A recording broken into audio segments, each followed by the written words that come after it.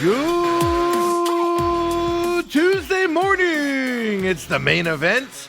I'm your humble host, Stephen McCollum, and you know him as 17-year NFL veteran, three-time Super Bowl champion for another elimination year for Cowboys out there. Dale Hillestrate's here, everybody. 30 years, Stephen. I saw that. 30 years. 30 years. Yeah, it's the longest standing NFC franchise to not have made to the NFC Championship. Yeah, and the amazing thing is what I hate about this stat is I graduated high school 30 years ago. Yeah. That's how I know that stat. 95. Wow. Just absolutely 95. crazy. How are you this morning, the 2 days before Christmas? Well, I'm stressed out, of course, Chris. I decided to start my Christmas shopping yesterday. Oh, okay. So yesterday morning I was ordering stuff for that 2-day get here for Christmas Eve deal. And then yesterday I was out buying some stuff. Got to stop on the way home today with Ethan and grab a couple things that I've already ordered. I just got to stop and pick them up. And then it's just getting the little stuff after that, you know. So a little stressed out. Okay. But we got Lou coming up here just a minute as well. But Dale, we got tomorrow off, Christmas Eve, of course. Christmas Day off. I'm coming in on Friday. Me and Kobe are going to come in, and Ethan going to come in and do a show on Friday. You're off on Friday, but you'll be back on Monday. Monday, Tuesday next week, we'll be doing a show as well.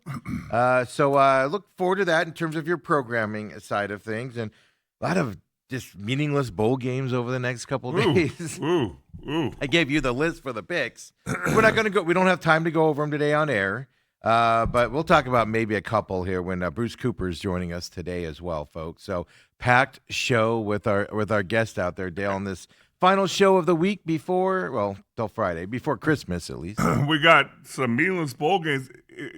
I just realized last night as I was watching some TV, the college football playoff doesn't pick up again until a week from Thursday. Yeah, we have to wait another week. Yeah, the 31st. Whoa, hello, computer. Yeah, no, it's ridiculous. And then you got a week and a half before the semifinals. Yeah. And then you've got a week and a half until the final. Like, this is stupid. Yeah. What are we It's doing? almost like, are the baseball people running this thing? Trying to hide it is what you're getting at. So, of course, let's get right into it here, with the pleasantries out of the way. Well, first of all, are you all done Christmas shopping, Dale? Nope, I'm just starting this afternoon. Yeah, Autumn texted me yesterday and goes, "Are you done?" And I go, "I'm a dude. I don't get really started until Christmas." The problem is, and you know this, when your kids get older, the gifts get more expensive. Yeah. So it's less of them. So that takes a lot of stress off. Well, what Brooke and I have taken to is for Hillary and Scott and Alex and Kendall. We give them silver for for Christmas. And my dad holidays. just throws a hundy at us. Yeah. There you go. Actually, he puts it in a card, but that's so Dale. That's where I get that from because you often complain about my gift giving, and I just hand you money. Well, but people sometimes look at it as like, well, that's not really cool, but. It's changed. I went over and, the years. and refurbished what I needed to do about 2 weeks ago. And I looked back 2 years ago when I first started this. Yeah. Silver was selling at $32 an ounce. It's now $64. It's gone on a run. That and gold has gone on a run with the economy, yes. I'm looking at it and going, kids, you're getting half of what you got. You go from like those mini silver bars to like they get a coin, a quarter of the amount, and you're still spending more at that point. Yeah, no, I mean it's changed on that. Before it used to be negative to be gift cards and stuff like that, but like my daughter wants books. I'm not going to the bookstore and picking out books for her. No, you give her. I'm going to get her a gift card, and then we're going to go and she can shop and. I'll grab a drink at the place and sit there for an hour while she shops for books and things. So it's changed over the years, and that's kind of the perception of that. Yeah. But things like that. I used to try and buy Brooke clothes or whatever, and it's like my daughter wants clothes. Oh, I'll tell you this: on Saturday for her birthday, we went to the mall, and I was like, "Pick out your clothes," because I'm not picking out your clothes for you. So she would either keep the clothes and never wear them, or take them back. I told the kids this year. We're not doing that thing where you guys say you want something and it sits in a box for a year and a half. Before in that one room we got. Right. So I said we're going to avoid that this year. That's what we're avoiding this year. We're only getting what you want to use. And we're moving on with our lives at that point. So that's where we are. But let's get this guy in here, of course. Uncle Lou joining us on a Tuesday this week because of the holiday and everything. Look at him. He's all relaxed back there. Lou, are you done Christmas shopping? Is the bigger question. In a normal year, it would be Amazon, and I would be done by now. However, because of this house remodel, our inspection is today. Please, everybody, think positively. Prayers to Lou. My wife and I decided that we were just gonna, we have so much CRAP to buy for the house that we decided that we're just gonna do that. We got stuff for my sons, her mom. Last night, my son that works for Sims Business Systems took his boss and son with his significant other and my wife and I to the Capitol Grill for a nice dinner. And so that was great to have the kid pop and everything. We both really didn't want him to do it, but he did it anyway. Capitol Grill's good too. Yeah. It was really good. Capitol Grill never misses. And I guess the only thing that perplexed me was that Dale mentioned something about receiving an envelope with some hundies in it. I got nothing but air over here. Well, I you're not on our Christmas list yet. I thought you would be gone 8 years ago, Lou, for crying out loud. But what I'm curious about with you, here you go, Lou. This is what you're missing, Lou. Yeah, beautiful pictures of the Hellestrays. Yeah, get on them about. Look at this. Look at this. Look how good I am. Wow. Look how fancy this is. That from the Hellestrays. I know Dale designed that. Yes, I did. I spent about 2 hours on it. Lou, the only thing I want to know with you about Christmas, are you having a big meal, or do you got a menu? You grilling, you smoking, you do anything, or the new house has just perplexed you? The new house has thrown, and the timing of this inspection has thrown some challenges our way, but nothing will deter the thought that this is Christmas, and I drive from where I live now to the place I want to return to soon enough, and I see the streets of Phoenix with, blight and poverty, and how dare I think poorly that I may not be here or there for Christmas. Right, so right. I'm trying to keep the focus on what it really should be, and that is I'm a Catholic, so it's all about Jesus Christ for me. So that's where my focus is. And to answer your question, yes, today, when I get done here, I'm going to start to prepare the pulp for the Sicilian bacalao. A lot of people call it bacala, which is codfish. It's a traditional Sicilian dish because Christmas Eve is always no meat for Catholics. So we get a cheese pizza from Spinato's for my wife and mother-in-law. My son and I eat this bacala, which is cod, onion, capers, olives. It's an extremely acquired taste. Even the Sicilians in my house, only half of them eat it. They can't stand. That's a good way of putting it. Smell, because the capers and olives are real.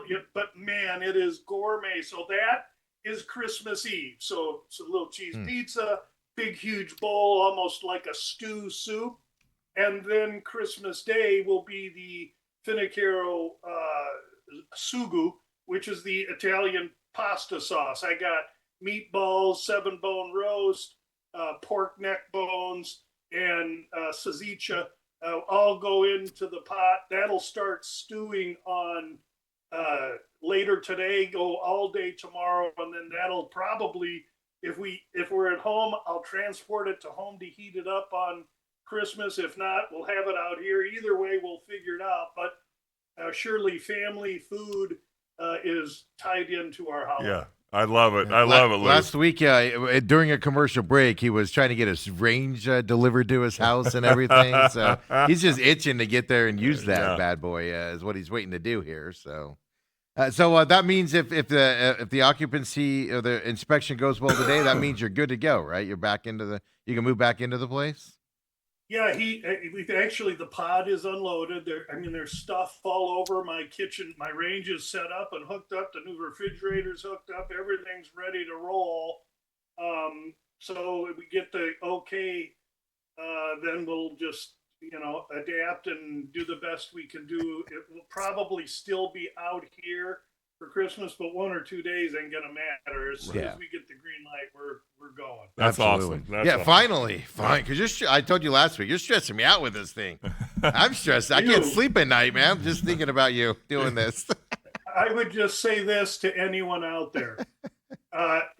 If you're thinking of a remodel, think again. Don't do it. Well, Don't do it. Well, it's fun. I Do mean, not do it. How long has it been? Clear. Lou, how long has it been? Yeah. 7 months. And how long did they say originally it would take is the bigger question. Well, listen, we thought Thanksgiving was real, and it was as real as the man on Mars. You're in real estate. And then, you do we're hoping for Christmas, and Yeah. really, again, at the end of the day, I'm going to have this. Everything looks great. New AC. Yeah. It's going to be great. I just gotta, figure out when. Be patient. You'll be fine. You'll get to enjoy it for the rest of your life. So Well, that's cool. That's what I joke around with. I mean, you're in the commercial real estate business, and I do residential real estate where we have rentals and stuff. And I always laugh because people like the management company that handles my stuff will be somebody will move out and they'll be like, "Hey, can you have it ready in like 2 weeks?" And you go, "Oh yeah, it's easy. Just a paint job, new flooring, quick and easy. We'll get that out there." A month later, you're like, "Oh my God, we're still working on it. We had to do this and this." And it never goes as smooth. That's with nobody in them. That we deal with that. So I can only imagine when you're itching to get back into the place and at your home and stuff to that effect. I always laugh. I remember I laughed when you said last time, "Oh, it'll be quick and easy." And I was all like, "Oh, God, good luck." Yeah, that's because I'm stupid and dumb. Well, we all do it. I even do that too, where I'm like, "Oh, yeah, no problem. Give us 2 weeks to get that place ready." And then you find out it's a major piping issue or something, or you can't get this stuff in. It's ridiculous to deal with that. But well, Merry Christmas to you, Lou. I hope you're in your new house. If you're not, you'll survive and you'll make it work. Mike, I want to get into this gambling thing because I want to ask you your thoughts on this. When a team gets eliminated from playoff contention, do you take that into consideration when you're looking at games that you're going to bet on, gamble on, or is that a non-entity for you? That's a great question, and it segues us into probably my most adamant stand last week, which was the Chiefs in Tennessee. I refuse to think there was a letdown for the Chiefs. I firmly believe today there was no letdown for the Chiefs. At one point, that's a 9-6 ball game with Minshew in. When Minshew goes, my handicap falls apart. So I'm not making excuses, but I hung my I planted my flag on Kansas City having the better coach, the better quarterback, the better depth of team, and I believe they were gonna win that game, but the Minshew thing happened. Okay, I take the loss. To answer your question, no, I don't, Dale, because and I want your feedback on this. To me, and my point was Minshew isn't going to go out there and go through the motions. He's playing for a contract or his job or another team. Noah Gray, well, Kelsey's probably gone. Noah Gray ain't going to slough off. He's playing to be a starting tight end, and the dude's apt. So I don't buy that teams quit. I just have never bought it. I don't believe anyone that's been in a huddle could have that thought process. Psychologically, can it affect a team? Yeah, I suppose maybe. I mean, this week, we've got New Orleans and Tennessee. Some of these games I didn't even handicap because I don't know how to handicap games with. But I'm trying to focus now in on teams or games that have two teams playing for something to get me ready for the playoffs. But at the end of the day, and I want your feedback, Dale, I don't think that any player quits. The eye in the sky is always wrong. Let me tell you where it affects teams, because I've been in situations to where you're in it till week 14 and then you get eliminated. The excitement around the team, the preparation, the practice week is blah. Now, when you get on the field on Sunday, you're going to give your best effort, but you're not preparing the same way you were in previous weeks. And usually that ends up rearing its ugly head on game day. especially if you're playing against a team that has something to play for. Yeah. And that's what I would look at, because I've been in those situations. I told Steve it was like 1998, and we played New Orleans on Christmas Eve. It's a Friday, and we had to win to get in, and we lost. So then 5 things had to happen Saturday and Sunday for us to make it to the playoffs. We went in. They did. We went in. Like 3 of them were on Saturday, 2 of them were on Sunday. We went in. The 3 on Saturday, we cleared our lockers out. We were done. 3 things happened on Saturday. We're like, oh no. 2 things happened on Sunday. We're like, what? We're back at it on Monday. We proceeded to go play Minnesota. That was when they had Randy Moss and that crew, and I think they beat us 40-something to 7 or something like that. Not the guys weren't trying, but up here you weren't really there. Yeah, I'm glad you shared that with us, because I will now take that information forward. I hadn't uncovered or really thought of that angle before, but coming from a player that's been around championship teams, I appreciate you sharing that, because I'll incorporate that now moving ahead. Good enough. Yeah, because and I'm not making fun of you, Lou, at all. But I mean, you're adamant, like last couple of years, right? When you've been on this program, you've been adamant. Guys don't quit out there, and I'm just kind of like, maybe not. Maybe like you said, maybe not Gray, right? The second he might not, but is the preparation there? Like, are the linemen? Are they just trying to get through? Like we saw it with the Cardinals this Sunday. Are you just trying to get through a game without having a serious injury to where you're rehabbing for the next 6 to 8 months of the off season and things to that? And so I wouldn't say it's a quit or whatever, but it's a cautious mentality here by some of these guys where they call them business decisions, right? The intensity is definitely. You go out on a football field cautious, you're going to get hurt. Well, that's the issue, right? You can't think that way. Right. The intensity is not there. No second stringers.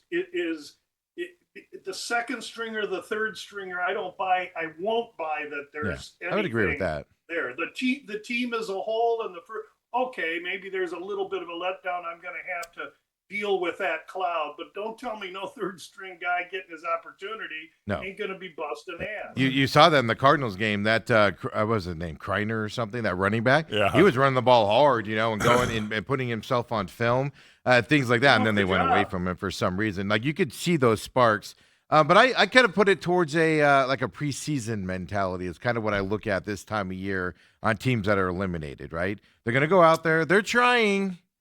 But they're also like Dale said, the intensity's not there. It's as soon as that whistle's blown, you're like, all right, phew, all right, next play, let's go do it. You lose some of that intensity with not everybody, but if enough guys do it, you kind of get that side, which can lead to those types of games out there.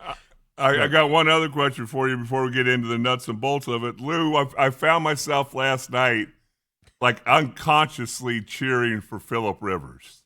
Of course. How much fun is he? 45. How much fun is he to watch? 44. Let's not get too crazy. He turns 45 here shortly. How much? He just turned 44 the day he signed or something like that. Yeah.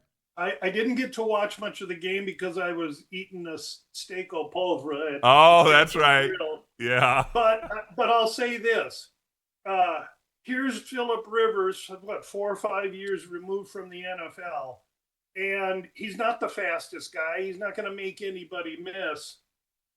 But the connectivity is there. That's the toughest position in sport. He's got it here. He's showing himself well. He's better than 5, 6, 8 quarterbacks currently commandeering NFL teams. I got nothing but respect for him. All it does for me is reinforce that my quarterback guy I'm picking is a guy like the kid in San Diego, Herbert. I got to have the tools, but I must have this. You can have Lamar. You can have some of these, the kid in Chicago. You can have these athletic guys, and they do deal fits to defenses, but my kid got to be here. And to me, I love this game. If you could pick your own NFL team, the history of the NFL, and you got positions, and you get 2 at quarterback. I'll tell you mine right now: Steve Young, John Elway. Why? Because they got this and they got that, and one's a lefty, one's a righty. Anybody else, you take any other 2, you're gonna be second, third, or fourth. Because I'm number 1 with those 2. How about giving me Brady and Peyton Manning? I'll take you on. I know. That's the there problem. you go. Again, both of those guys got this. Well, I was saying to Dale, if you didn't see the game last night, I was saying to Dale beforehand, the quarterback position, it is very important. Don't get me wrong, but it has changed completely. And it was on full display last night, where Phillip Rivers is second week with the team, and he's moving guys around. He's pointing out Mike linebackers and blitzers. He's pointing at them, and he's having a receiver and telling a receiver to go a different route. You don't see that anymore in the NFL with these younger quarterbacks. No, Kyler Murray does it. The Ravens quarterback doesn't do it. A lot of guys don't do that anymore. It's the old way of doing things, and it's definitely a decrease here in the quarterback position. And I kind of missed it. I mean, he talked more before a play than we talk in 2 hours on this show. And he's a grandpa. He's got kids. Yeah. They were all there last night. Did you see the suite? How can you get a better story? I love the guy. I love the story. I love everything about it. Yeah, and it is kind of sad the Colts are going the opposite direction. It's not his fault by any stretch of the imagination, but the Colts are going the opposite way now because of some other injuries. But hey, Lou, it's our last show here of the week. We'll be back. You're coming on next Tuesday still, right? Or what? Let's just get that out of the way. Sir. But it'll be the regular 9 a.m. hour, as I understand it. Yeah. Although that's being said, Steve, I'm flexible. You let me know. Okay. Yeah, well, I'll talk to – I don't know if Bruce is coming in next week, so let me talk to him.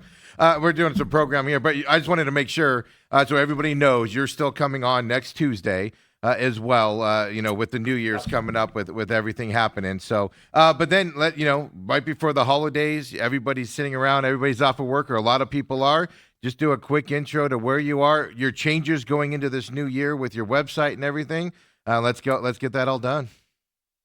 Not a lot of changes, but what I'm able to do is, through the help of many members over the last 2 years, I was able to pay for and create a new Gamblu webpage, www.gamblu.com. There is the one stop where you can find out everything about me, the sports I work. I'm a sports handicapper. In a few weeks, we will have a recap of the year that's not going to look great. It's going to look great for the NFL. And it's going to look great for the College World Series. But hockey and UFC, we're losing sessions this year. That doesn't happen often. And I can't wait to tear back into it next year. My reaction next year will be to take the Bout Business podcast from behind a paywall out into the open. It'll be right on the Gamblu webpage, or it'll be wherever you access podcasts. As Kobe is doing right now, he's highlighting the tabs at the top of the webpage. That's where you go to find out everything about me. But at this time of the year, there's no more important button, tab, or message than the far right, the San Xavier Del Bach mission in just south of Tucson. The oldest mission in the country. It's the oldest mission, obviously, in Arizona as well. It was built in the late 1600s, and you can see the structure there. They do great work down there. Gamblu regularly contributes to that cause, and we invite anyone else to, just by accessing the direct link to the mission down below in red that's flashing. Kobe does such a great job behind the scenes for us. And thank you, Steve and Dale, for letting me mention. Absolutely, and Dale is going to have a beef with you, though, Lou. First of all, I appreciate the shout-out on your blog there. Of course, check out Lou's blog every week. Whether it's UFC or NFL, it's informative in that. But he's going to complain to you that he wasn't mentioned in your blog. But that's what he does. Though. It's a good thing my eyes are so bad I couldn't read that small print. But if I'm not mentioned, then you need to update your damn webpage. Well, I didn't have 5 paragraphs I- to put all your accolades on, so it was a space thing, and not they were surely desired. Nice I just- recovery. I just wanted to rub it in a little bit, Lou, because everywhere I go, it's Dale, and I'm like, I'm on the show Well, too, hey, guys. man, he's the dude with the I know, hardware, I know. And it was the same way when Izzy was here before, he went back and was having success in Chicago. Everywhere we went, it was Izzy. And I'm like, you guys know I'm on the show too, right? So I appreciate the shout out, and I'm giving Dale a hard time. But the blog's up there right now as well for you. A holiday message from Lou and all that. And, of course, it's the time of year. I did a story on the business show yesterday about how charitable giving is down this year for a lot of reasons. People are paycheck to paycheck with this economy. So, you give back through the investing side of things. If you want to give on that side, consider it. And, and it's this a good economy thing. about to bust in 2026. Hold on to the reins of your horse because this thing gonna bust. I Just like remember I said it. I like the positivity there as well. But Lou, we got some NFL games this week. A lot now. The playoffs are basically set at this point. Not the seedings, but we know, especially in the AFC, we know who is basically in, with only a couple teams still fighting to get into those spots there. A lot of teams kind of eliminated or on the outside with very slim chances to get in. From that perspective, kind of the same thing on the NFC side as well. So a lot of games, like you said, you're not really looking at them, and a lot of people aren't looking at them going forward, like Jets Saints this weekend. I mean, that was last weekend. I apologize, everybody. Got the wrong schedule here. I watched some of that game last week. Don't ask me why, but I watched some of it. Cowboys Commanders on Thursday. It's kind of a sneezer. But the Lions-Vikings game coming up here this weekend. I don't know if you want to talk about Cowboys-Commanders, if there's a play there. Both teams eliminated, of course. But Lions-Vikings. Lions are fighting for their playoff lives going to this game. The nice thing about this is Vikings are 7-8. Vikings win this game, they're going to be tied with the Lions here. So Lions could actually finish 4th in this division, folks, if it goes that way as that. So playoff implications a little bit, but also pride and realistic expectations for the Lions kind of shooting down here as well going into this game on Thursday here for Christmas Eve. Well, I figured Thursday. I prepared the DVOA for most of the games, surely Arizona, because I knew you'd want to talk about appreciate them, especially tomorrow's game. So we can get to Dallas, but I'll address Detroit, Minnesota, since that's where you focused first. And really, I look for a very interesting game. There's one unit that doesn't fit, however, okay? Detroit, I'm surprised Pittsburgh made them look that feeble last week because Detroit's a big physical team. Mm-hmm. But what we don't understand is how much evolution Tomlin has instilled into the Steelers over the course of this season. The Steelers are not the team now they were at the beginning of the year. And if you think they are, you need to go back and do some study. So Detroit's a balanced offense, 3rd-ranked DVOA, 11th ranked on defense. They're 17th against the run. The good news for Minnesota is they're not really a rushing team, 17th rush rank on offense. However, Minnesota's defense is 6th ranked, so that matches up with Detroit. What doesn't is the Minnesota offense, 29th ranked via DVOA standards, 28 pass, 17 run. And I think that's the flaw here. Even though this game is in Minnesota, I think Detroit is the more balanced team. I'm not really so sold on all those points. That's a lot of points, 6 points right there. And that game opened Detroit 3.5. So what we're seeing is, everybody's feeling like I feel on Detroit. There's been some serious action on them. If you're going to bet this game, I would be patient, see if the Detroit flow continues. And I might, if I could get to 6.5 or 7 with Minnesota on a division game with everybody playing as much as they are playing for, the 7 would be a no-brainer on Minnesota. But right now, 6 or 6.5 is very tempting. And it's only Minnesota or pass in this game if you're looking at the points. Before we get into more games with you, Steve, Yep. I just want to get your take on this. Did you sit there in August and think that Denver, New England, Jacksonville would be the top 3 seeds in the AFC? Surely not not New England. No, I did have very at the beginning of the year. I took at plus 750 Denver to win that division, did, yeah. but I also took at the same odds plus 750 San Diego, the Chargers to win the division. Right. So I knew that if one of those two win the division, I'm going to net a plus 5-1, and that's where I am, and that's where I get. So yes, I've been high on Denver all year long. Everybody wants to criticize Nix, but he's got a good coach. He's making an evolution. He's winning a lot of close games, and in my opinion, the absolute best thing that could have happened to Denver was Jacksonville coming in and punching them in the snout last week. Right. It's just interesting because it's like it's all topsy turvy now. All the teams that you used to believe were at the top, now they're somewhere down. Yeah, Lou was high on Denver. I was high on Jacksonville. I picked them. I have a long-standing bet that they're going to win that division. Hey, sometimes we win by sticking our necks out there, right, Lou? Sometimes, hey, listen, I think in late October, it was 14-1 I released Denver on this show. I believe so, yeah. I mean, it was a huge number. Hey, let me ask you about this. I mean, because the Lions need a win or they're eliminated. If they lose, they're eliminated. If they win and Green Bay loses to Baltimore, then if Green Bay wins, then Detroit is out as well going into this weekend. J.J. McCarthy had a hand injury, was out of that game. Did this line move a lot because of J.J. McCarthy's injury, and we're not sure if he's even going to play in this game on Thursday, or is it just more of Detroit needs this win and people are betting they're going to get it done? No, I think you're right on the first count, Steve. I think that the McCarthy unknown is affecting this team, and even with McCarthy, 3.5 or 4 is probably right. McCarthy is streaky, sometimes on, sometimes not.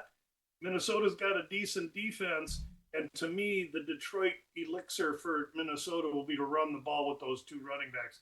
Boy, this kid Gibbs and Montgomery, that's a really nice thunder and lightning pairing. Well, you know the one thing about Detroit, you mentioned the running game. They still got the running backs, but the horses up front have been dinged up a little bit. And that's where the change in that whole team's demeanor has been. And you and I both, you know, I prescribe. All I do is talk about the horses. Right. And the horses aren't the tippy-toe guys catching the passes or throwing the passes. The horses are the front 7 on defense and the front 6 or 7, depending on how many tight ends you're running out there on offense. If you got the horses, you got a shot to go far and deep in these playoffs. Yeah, it's interesting. Hey, on the other game on Christmas Day, Cowboys-Commanders, the only thing that kind of shocks me on this, and obviously it's going to be a well-watched game, Christmas Day game here for this, but Cowboys are 7-point favorites going to this game. Now, they were eliminated last week, and I'm just going to say it. They struggled last week after being eliminated. You know, Eagles won that game on Saturday. Is 7 a high number here? Because Quinn has the Commanders still playing well. And with Mariota as a receiver, is there a play here on Dallas or on Commanders here being underdogs by 7 points in this game? Well, we talked in Minnesota and Detroit about how the Minnesota offense doesn't really fit with the other platoons. And this is a game that has the same thing. 24th ranked Washington offense, even with Mariota in there. 29th ranked defense. Dallas, 32nd ranked defense. However, the Dallas offense is 7th ranked. They got a little running game and Dak's passing it. And so the Dallas offense, I think, is just too high octane for Washington. And I think my move there would be to either tease Dallas down, play them in a money line somehow. I don't like giving 7 points in a division hatred game because even the third stringers hate each other in those two cities. So I would find a way to invest in Dallas, but not at 7. I'd manipulate that point spread down somehow. Lou, I got to ask you, isn't there something below 32nd that Dallas's defense could be in? If there was, they'd be there. But you know what? Schottenheimer, Dallas has overachieved for me so far this year, and some of the setbacks have been interesting. I like Schottenheimer more than I thought I would. It's just that no matter who is the coach and no matter what the core and the nucleus of the team is, I think they're going to have a very, very difficult time overcoming the ineptitude of the management. 30 years. 30 years, Lou, since the Cowboys have been to an NFC championship game. And how long's Jera owned them? Yeah, about 37 years. Yeah. That's right. There it is. Hey, so I bet you Lou had a full head of hair 30 years ago. I did. I can tell you that. I was in Hell Week. Dallas and was it Dallas and Denver? Dallas blew Denver out one year. I was in Hell Week, and I remember walking by and all these guys being in a room drinking beer, watching the game, and I was wearing manure and I had hair and a burlap T-shirt, and I had the gall to ask him if I could come in and watch the game. I ended up out in the front yard with a shovel in my hand. Hey, the other game on Christmas Day is Broncos Chiefs. Again, same type of a situation. 12.5. We don't know who the Chiefs quarterback's going to be. They're signing guys off the street at this point. Minshew, not as bad of an injury as they feared, but he's just going to miss some time. But the Broncos got, quite frankly, embarrassed last week with Jacksonville in their home stadium. They go to the Chiefs this week here, but 12.5-point favorites. I'm assuming a lot of that's quarterback stuff for the Chiefs, but also I'm kind of on the side of Broncos were embarrassed last week against Jacksonville. I'm expecting a big rebound here from Broncos this weekend.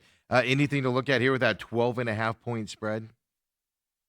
Yeah, I mean, you have a decent Kansas City offense, but again, now you're missing the top two quarterbacks, so that changes everything. The bounce I see coming from Denver is going to be on the defensive side of the ball. I don't know how Kansas City's going to score. I look for Denver here. Now, this look ahead was 5.5. Now the line's 12.5, and that's reflective of both of those quarterbacks.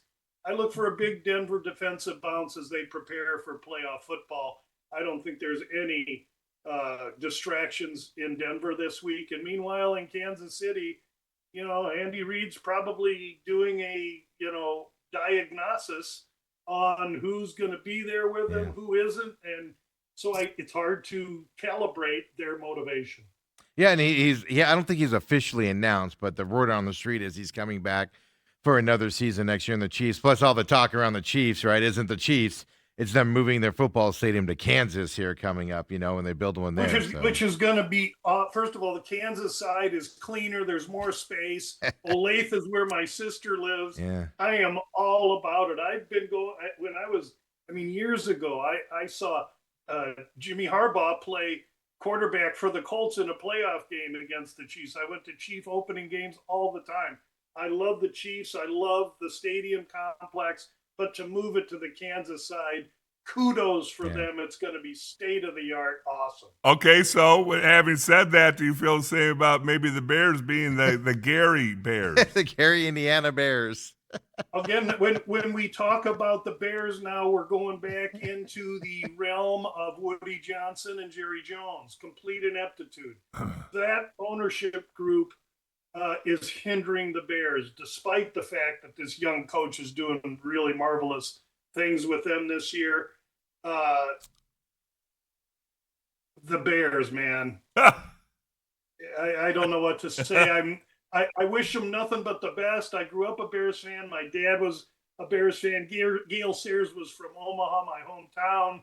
I went to Bears Super Bowl, sat with the ownership. I've been pleased and privileged to have access to Bear playoff games and such, and no one loves them as much as me, even though I'm not a fan anymore. But unfortunately, Mrs. McCaskey and the McCaskey family got to get out of there. Yeah, Gary, Indiana. They'll revitalize Gary there, right? Hey, Saturday here, we got a couple big playoff games here coming up in terms of seeding and stuff. First game on Saturday is going to be Texans-Chargers. 2:30 p.m. kickoff here for this game. Texans, quietly, they started off terrible this season, currently at 10 wins right now in that division. Chargers with 11 wins here, fighting for their playoff, seeding as well here coming up. Tell us about this game and what you're looking at. Yeah, I'm a big Harbaugh fan. I like the Chargers here. I think the only thing that doesn't fit is both offenses. Chargers 18th, they struggle to run the ball, 20th ranked, or these are DVOA numbers. And the only thing worse than the Charger 20th ranked rushing offense is the 29th ranked Houston rushing offense. And Houston has totally overachieved because they have everything except offensive horses. The offensive line in Houston has totally overachieved. It's a smoke and mirror show. Great as that defense is, they're incomplete on offensive line. I made a release earlier this morning on VSiN. It's going to be published tomorrow. I am going to publish it here today towards the end of our show. It's a 3-team 10-point tease, and it involves this game. And we'll get to it in a little bit in a few minutes. Perfect. Let's not forget to make sure I release that. Yep. Over-unders 39.5 in this game. I agree. I mean, the Texans, just a field goal unit. They don't score a lot. Chargers are happy winning, a slugfest here in that game. But big implications. Then you got Ravens-Packers coming up. I mean, Ravens on the outside looking in on the playoffs. Last week, I just don't know what this coach, they sat down Derrick Henry at the end of the game. And they've had to answer those questions all week now on why. And Harbaugh just says, "Oh, we'll make sure we don't do that again." So to me, it's almost like have the Ravens coaches quit at this point against the Packers, who need a win as well here. 9-5-1 for them for their playoff chances after losing Micah Parsons. From that perspective, what are your thoughts on this game? Both teams outside looking in, by the way. My thoughts are that I'm greatly distressed on what happens in Baltimore over the last 5 years, whether it be in playoff games or whether it's this game on the offensive side of the ball with this Monken calling plays. Far be it from me to criticize a legit NFL coach, been around for a long time, but the offensive mindset and direction and leadership in Baltimore is and has been completely flawed. It was totally exposed in that game. I mean, here's New England with a putrid rush defense, and the King is just charging through them, and then they all of a sudden quit. There's no way to explain that. And I just think that Baltimore has an awful lot of work to do. I'm not sold on the Super Bowl capability of the quarterback, so that's a big issue. And I'm absolutely not sold on that defense, which is ranked 16th DVOA, 18 against the pass, 9 against the run. It has gotten better over the course of the year, but that's because it's so easy to pass on that team. Yeah, I'm actually rooting for I root for the Ravens, kind of they're one of my teams, and I'm kind of hoping they miss it. Maybe they'll finally make a change on their head coach. So. Yeah, sorry for that breakdown then. No, I think Green Bay. Lou, I've been on the John Harbaugh needs to go bandwagon for about 4 or 5 years now, to be honest with you. And everybody looks at me like I'm nuts. But I've had enough of it, And I think I went through the same thing with Brian Billick with the Ravens. They held on to him about 2-3 years too long before they moved on to him. It just seems to be with the, consistency is one thing. But holding on too long is another thing, for those teams. But even then, the Packers, not sold on them at all either. With both these teams fighting for their playoff lives going into this game. So yeah, I think the Packers are kind of sleepy, under the radar, and could be a really, really dangerous team. They're balanced. They have decent defense. They have fine offense. I like the coach as well. I think the NFC could find itself being really, really wide open. And somebody out at like a Green Bay, I think, could make some waves. I think they got to get in first. With their 9 wins, I mean, they're behind the Panthers, but they're behind, more importantly, the 49ers and Rams, and even the Eagles here. Eagles probably the best shot for them to catch, but 49ers and Rams with 11 wins. So that's kind of what their uphill battle is with those 9 wins. They've got to win out and hope somebody else loses on that side for the Packers, and it's got to start this weekend against the Ravens as well. So it's amazing the teams that are going to miss the playoffs this year, guys. Like, if you think about this going into this season. Go ahead. Well, you're exactly right. Yeah. It's amazing who's going to miss. And so what does that matter? In the AFC, there's no Mahomes. Yeah. There's no Lamar. So to me, it's all about the Bills, and there's no excuse for Jared Allen. Yeah, the Bills got a shoddy, terrible defense, but this is the opportunity of a lifetime for the Bills. Especially with the experience in the playoffs, right? You're going to have a lot of younger teams that don't have that playoff experience coming up. Speaking of the Panthers, Seahawks-Panthers are on Sunday here coming up this weekend as well. Panthers 9-7, fighting for that division right now. Seahawks at 12 wins. They're fighting for not just the division, but also the number 1 seed here. Going to Carolina here this weekend. Any chance, anything you could play here on the Panthers in this game?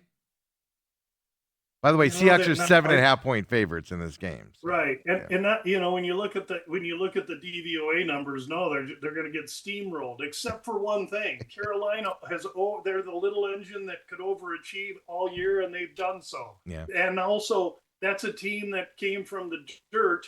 They have a chance to win the division in the NFC South, which is a division typically noted for worst to first. Here's Carolina giving that a go. And they believe in Carolina. Belief can overcome DVOA in many, many instances. And then meanwhile, you got Seattle, a team that no matter where they go on the road, they want to win 9-7 and go home with a W. And so this is about Carolina and 7.5 to me. And that's kind of where I would look. And in a game that's playoff kind of a game, and you're going to give me the home team, the West Coast team got to travel all the way across to the East Coast. Everything there, to me, is an elixir for a Carolina wager. It's not just traveling from the West Coast. The farthest possible point on the West Coast to travel across to the East side as well for the Seahawks. I don't know. I kind of think the Panthers, Panthers are kind of live in this game. We saw the Niners go to Carolina and struggle and lose, recently. So I kind of wonder if that's a play there, and kind of validated it from that perspective. Cardinals, Bengals, we're a local team, of course. We've got to talk about them, but 12 losses on the season, haven't won at all. 1-7 at home. I know this is on the road here. This team is just, I guess you could say they fought to the end on Sunday. Even though they gave up a lead here at this point. But Bengals are looking good right now with Joe Burrow. They, of course, won big last weekend in this game coming up as well. Bengals are 7-point favorites coming into this game, Lou. Is there any hope at all that there's something we can look at in this game as Cardinals fans to give us hope? Yeah, you're going to have a 3-ring circus. There's going to be points all over this place. What's the elixir for any offense, let alone the Cardinal 22-ranked offense, and that's the 31st ranked Cincinnati defense. Last I knew, Joe Burrow didn't play safety or linebacker, so he's not going to help him on that side of the ball. This thing going to be a circus. I look for backdoor. I like the Cardinals here. Really? +7? Yes, sir. Nice. And I'm going to be real. I'll be real patient and wait for 7.5 or 8 come game day. Well, I was going to ask you, so the over-under on this game right now is 53.5. What was the opening line on that for that to go? Because the Bengals scored a lot of points last week, so I'm wondering if it's moved up a little bit based off of that. Yes, sir, it has. 51.5. Two ticks. That's a lot. That's a lot. The other thing you might want to do is look at teasing that down. No real heavy weather indications in Cincinnati, which is what you would worry about from a warm dome team going north. Yeah. No wind, really. Going to be a little cold. Cards could play in that. Yeah, the cold, semi-cold you can kind of play in, as a warm weather team. It's like you said, the other stuff that factors into it, coming into it this weekend here. Then you got Steelers-Browns. I'm only asking about this game because Steelers' big win, of course, over the weekend, 9-6, vying for that division here. Browns have played tough the last couple of weeks and stayed in and stuff. Should you worry about the Steelers this weekend if you're looking at that game? 3.5-point favorites, division online. By the way, over-under on this game, 33.5. So it's going to be a 9-6 type of a ball game, right? Yeah, after 35.5 openers. So we get it. And there is a little weather and wind in Cleveland. That ain't going to affect either of these two teams. This is going to be, two guys with sledgehammers hitting the same steel spike. Bang, bang, bang, bang, bang, bang. End of 60 minutes, you got 12-13. That's what this game is. I like Cleveland in the game. Pittsburgh looks so dominant and everything on the road. Now they turn around and come back, go on the road again into Cleveland, a team that has a great defense. Cleveland just needs, they're not that far away. I think, Sanders hasn't had that much chance. Boy, what could that kid do if they gave him some tools? You had the young man Judkins, I think is his last name, just hurt himself, the running back. Boy, it's a tough go in Cleveland, but I look for this thing to just be a slog fest, and you got to take the points, and if it's over 4 points. Okay, and so wait till 4. I don't know. I know right now it's 3.5 on FanDuel, but it's 3.5 minus 120 right now. So you say wait till the 4? Well, I see 4s currently. I was going to ask. So you actually see them? There's a 4 at MGM. There's a 4 at Hard Rock. So there's 4s, and this look ahead was 4.5. So wise guys, early bettors, have taken a little sniff of Cleveland, and I agree with that lean. Okay. Jaguars Colts. I mean, to me, the Jaguars are winning this game. Jaguars are winning this game fairly easily. Vegas has it at 6.5 points, but we talked about Phillip Rivers earlier. I mean, the Colts have just melted down. They're going to miss the playoffs here coming up. We're all rooting for Phillip Rivers, but the Jaguars, they're pretty safe to win this division. I don't know if they've officially clinched it, but they're in position to win this division now as well. In this game, anything to look at here with the 6.5 point number for the Jags? Yeah, they're in position to win the division, but these two teams fight tooth and nail. It's division hatred, and Jacksonville's on the road after this huge momentum, huge lift. There's nothing but belief. They're flying high, and Indy isn't yet mathematically out of the playoffs, are they, Steve? No, they're on the bubble. They have a 2% chance according to the ESPN calculations. Here, what do they have here? 8 wins, I think, right now. So, I mean, 9 wins. Oh, no, 8 wins. So, I mean, they're 3 games back with 2 to go. So, Yeah, I love, this is probably my best bet of the week, Indianapolis plus the 6.5. Okay. I love them. They got a good offensive line. They got a running game. Yeah, they're going the wrong way, and they're playing poorly these last few games. But this big game turns them around, and all the momentum changes, guys. And I like Rivers. And you got to think, Rivers come off his couch 2 weeks ago. Yeah. Last week, he looked great, but he's got to be beat up. I mean, it takes 6 weeks for NFL guys to get used to the bruising and contusions you get, and he's just this 44-year-old guy out there slinging it. So I think that I really like Indy in this spot. There's no quit in Indy, and Jacksonville's got a tough task on their minds. If they can go up there and win by 3, they throw a party. And I'm getting 6.5. Perfect. Let's skip ahead to some more competitive games. Eagles-Bills this weekend. Sunday afternoon, 2:25 p.m. kickoff here for this game. Eagles, of course, have clinched the division as of last week. Bills still battling it out there with their 11 wins to, battle for that number 1 seed, let alone, battling it with the Patriots in that division here coming up. Eagles at Bills this weekend. Right now, Bills are 2.5 point favorites at home. Tell us about this one, Lou. Well, I have the season total under 11.5, and I'm probably going to lose that with the Bills. Okay. I also have the 12.5. So this is a huge game for me. I look at DVOA numbers, and there's only one team that doesn't quite fit. Philly, 14-0, 4 on D. Buffalo, 5-0, great running game. 24 on D with the 31st ranked run defense. Unfortunately, Philly hasn't run the ball effectively all year. Will they be able to take advantage of that soft underbelly for Buffalo? I don't know. More than likely, I'll be in some form of Buffalo money line play with a parlay or something to help ease the pain of that 11.5, because they're probably going to win one of the last 2 to go over that 11.5. Yeah. That's unfortunate. Now, if Philly can go in there and win, now I really set myself up to be able to get out of that bet next week. Yeah. But my heart says Philly, but my wallet will probably have some form of Bills money line money. The wallet always interferes, right? Then we got your Chicago Bears going all the way to San Francisco here, 2 11-4 teams battling it out here for number 1 seeds, let alone division wins and all of that stuff. Very important game for both of these teams. Sunday Night Football here on Sunday night here for these two teams. Right now, the spread is -3 to the Niners at home. Over under in this game is 51.5.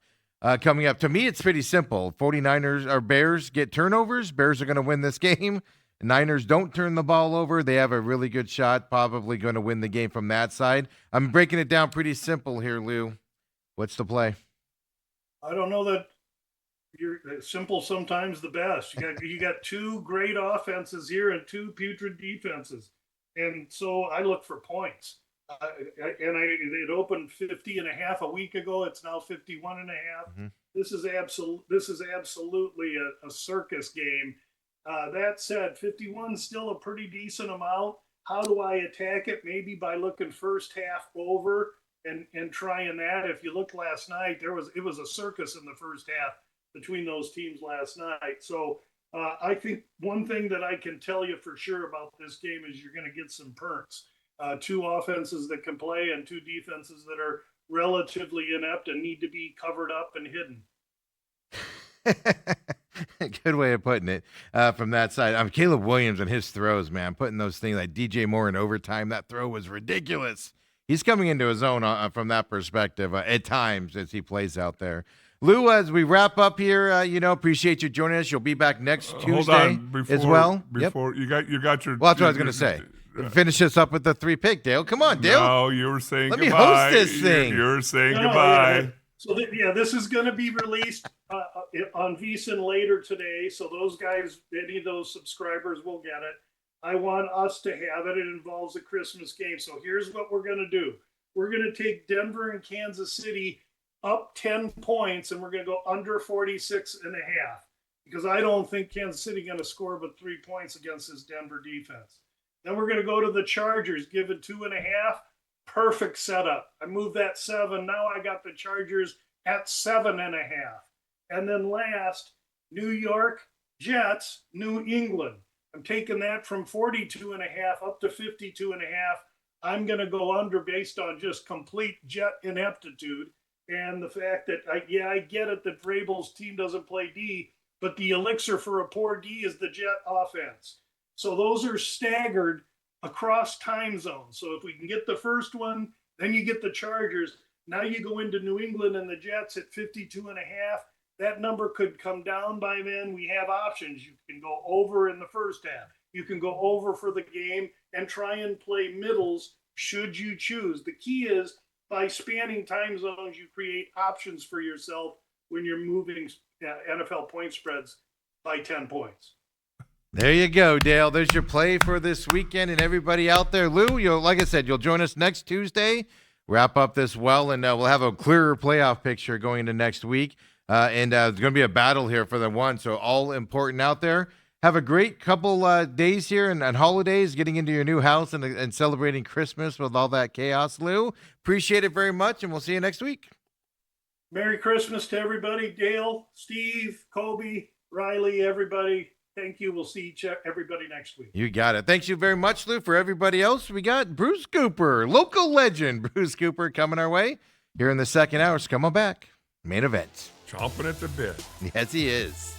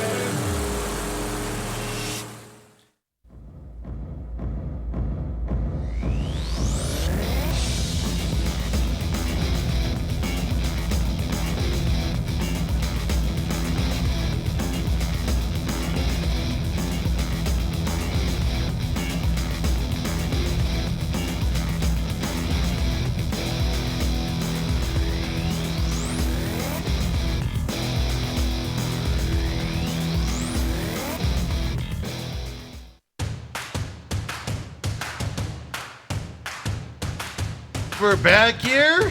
Look at us two.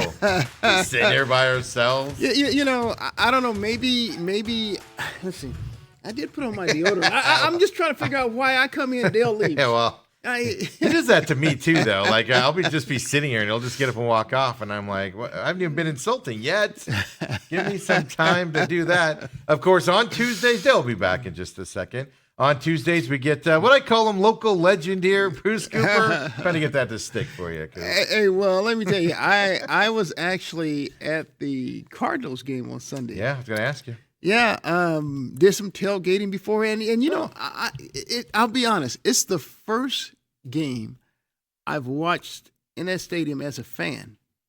I mean, it's the first game. The regular seats? Yeah, I know. I was there. I ended up going because you can't give away tickets to that game, and so I ended up going. And I was like, I should have asked Coop where he was sitting at for this. Yeah, we were actually in not bad seats around the 45-yard line on the visitor side, section 130, about 20 rows up. That's not too bad. That's not bad at all. No, you got to see Bijan, sit on the bench an awful lot because the Falcons can't use him. Welcome back, Dale. Well, you know what was really interesting to me, and I don't know what the rule is regarding signage. Yes, but it was like midway through the third quarter. Security was there was a guy that was sitting in front of us, so that means he had to be.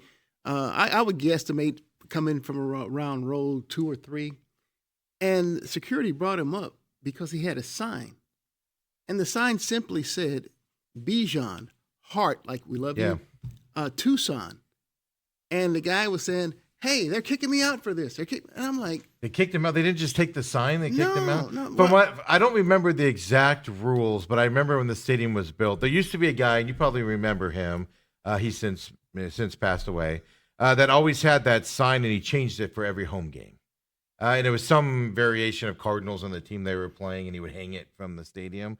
He was the only one that was allowed to have a thing because obviously it was grandfathered in and stuff like that. So I know, but why didn't they catch him before they put that sign in? I don't know. I said that's not anything that's inflammatory or anything. No. And I'm like, and Bijan is coming home. Yes. And they were on, and like I said, I was on the visitor side of the stadium, and so. Clearly, the guy's able to show his sign to Bijan or whatever, Right. I didn't get that, so I don't know. I don't know if there's rules against signs. There used to be. I'm not up on it because they started confiscating my signs when I was middle finger, Bidwell and stuff like that. They stopped letting me take those in. So, but no, in all seriousness, there used to be rules. I don't know if there still is, to be honest with you. Aren't there bigger things to be concerned about? Absolutely. I mean, I could understand if there was something that was really egregious or inflammatory about the sign. The Cardinals are so concerned about everything but their football team. It's crazy. Let's put it that way. They're worried about how the premium seats are empty every game that they just put in. They're worried about how that looks. And I'm surprised they don't have Cardinals staff members with empty seats go sit in them, like you do at the Oscars and stuff like that. But overall, what was the game? I mean, obviously Falcons win it there. You win as a fan. It is always interesting because, I do stuff a lot as media members and stuff. And then I'm like, I'm going to do it as a fan now. And it's a different perspective going as just a fan compared to, the other stuff. It is. And, I don't normally watch the offensive line when I'm at a game. But to my surprise, I mean, Michael Carter ripped off a couple of 20-plus yard runs, and then there's a guy named Kiner running the ball, and DeMarc Carter. I'm like, what is going on? I said, so let me watch the offensive line because, I mean, this was so abnormal. I mean, I think it was the best Cardinals rushing game of the season. I don't know that for a fact, but it just seemed to me that was it. They had something like 95 yards at halftime rushing. I can tell you because I tracked the stats. They had like 20 in like the last 4 or 5 games that they played at halftime. No, they were ripping them off. I was telling Dale, the offensive line was the best, even when Froholt went down and they had to move Gaines over. Yeah. The line was impressed. Now, what I was questioning is that just the Falcons' D-line is terrible? Well, no. Hey, look, the Falcons have not been as egregious against the run as the Cardinals have been here lately. But I started watching and I started seeing 71. So I knew that was John Gaines because he'd been with the team for a while. But then there were 66. He was playing left tackle. 78 would come in. I didn't really know who these guys were. 56. Yeah. I found out 56 was the Cardinals' late round draft Yes. pick from I guess named Connor was his last name. from But yeah. He's played a little bit over. it's really, yeah. but because I was watching, I'm like, what is different here today? But that's the thing that stood out to me. And then there is one other thing. Brissett throws let's call it a 50-50 ball.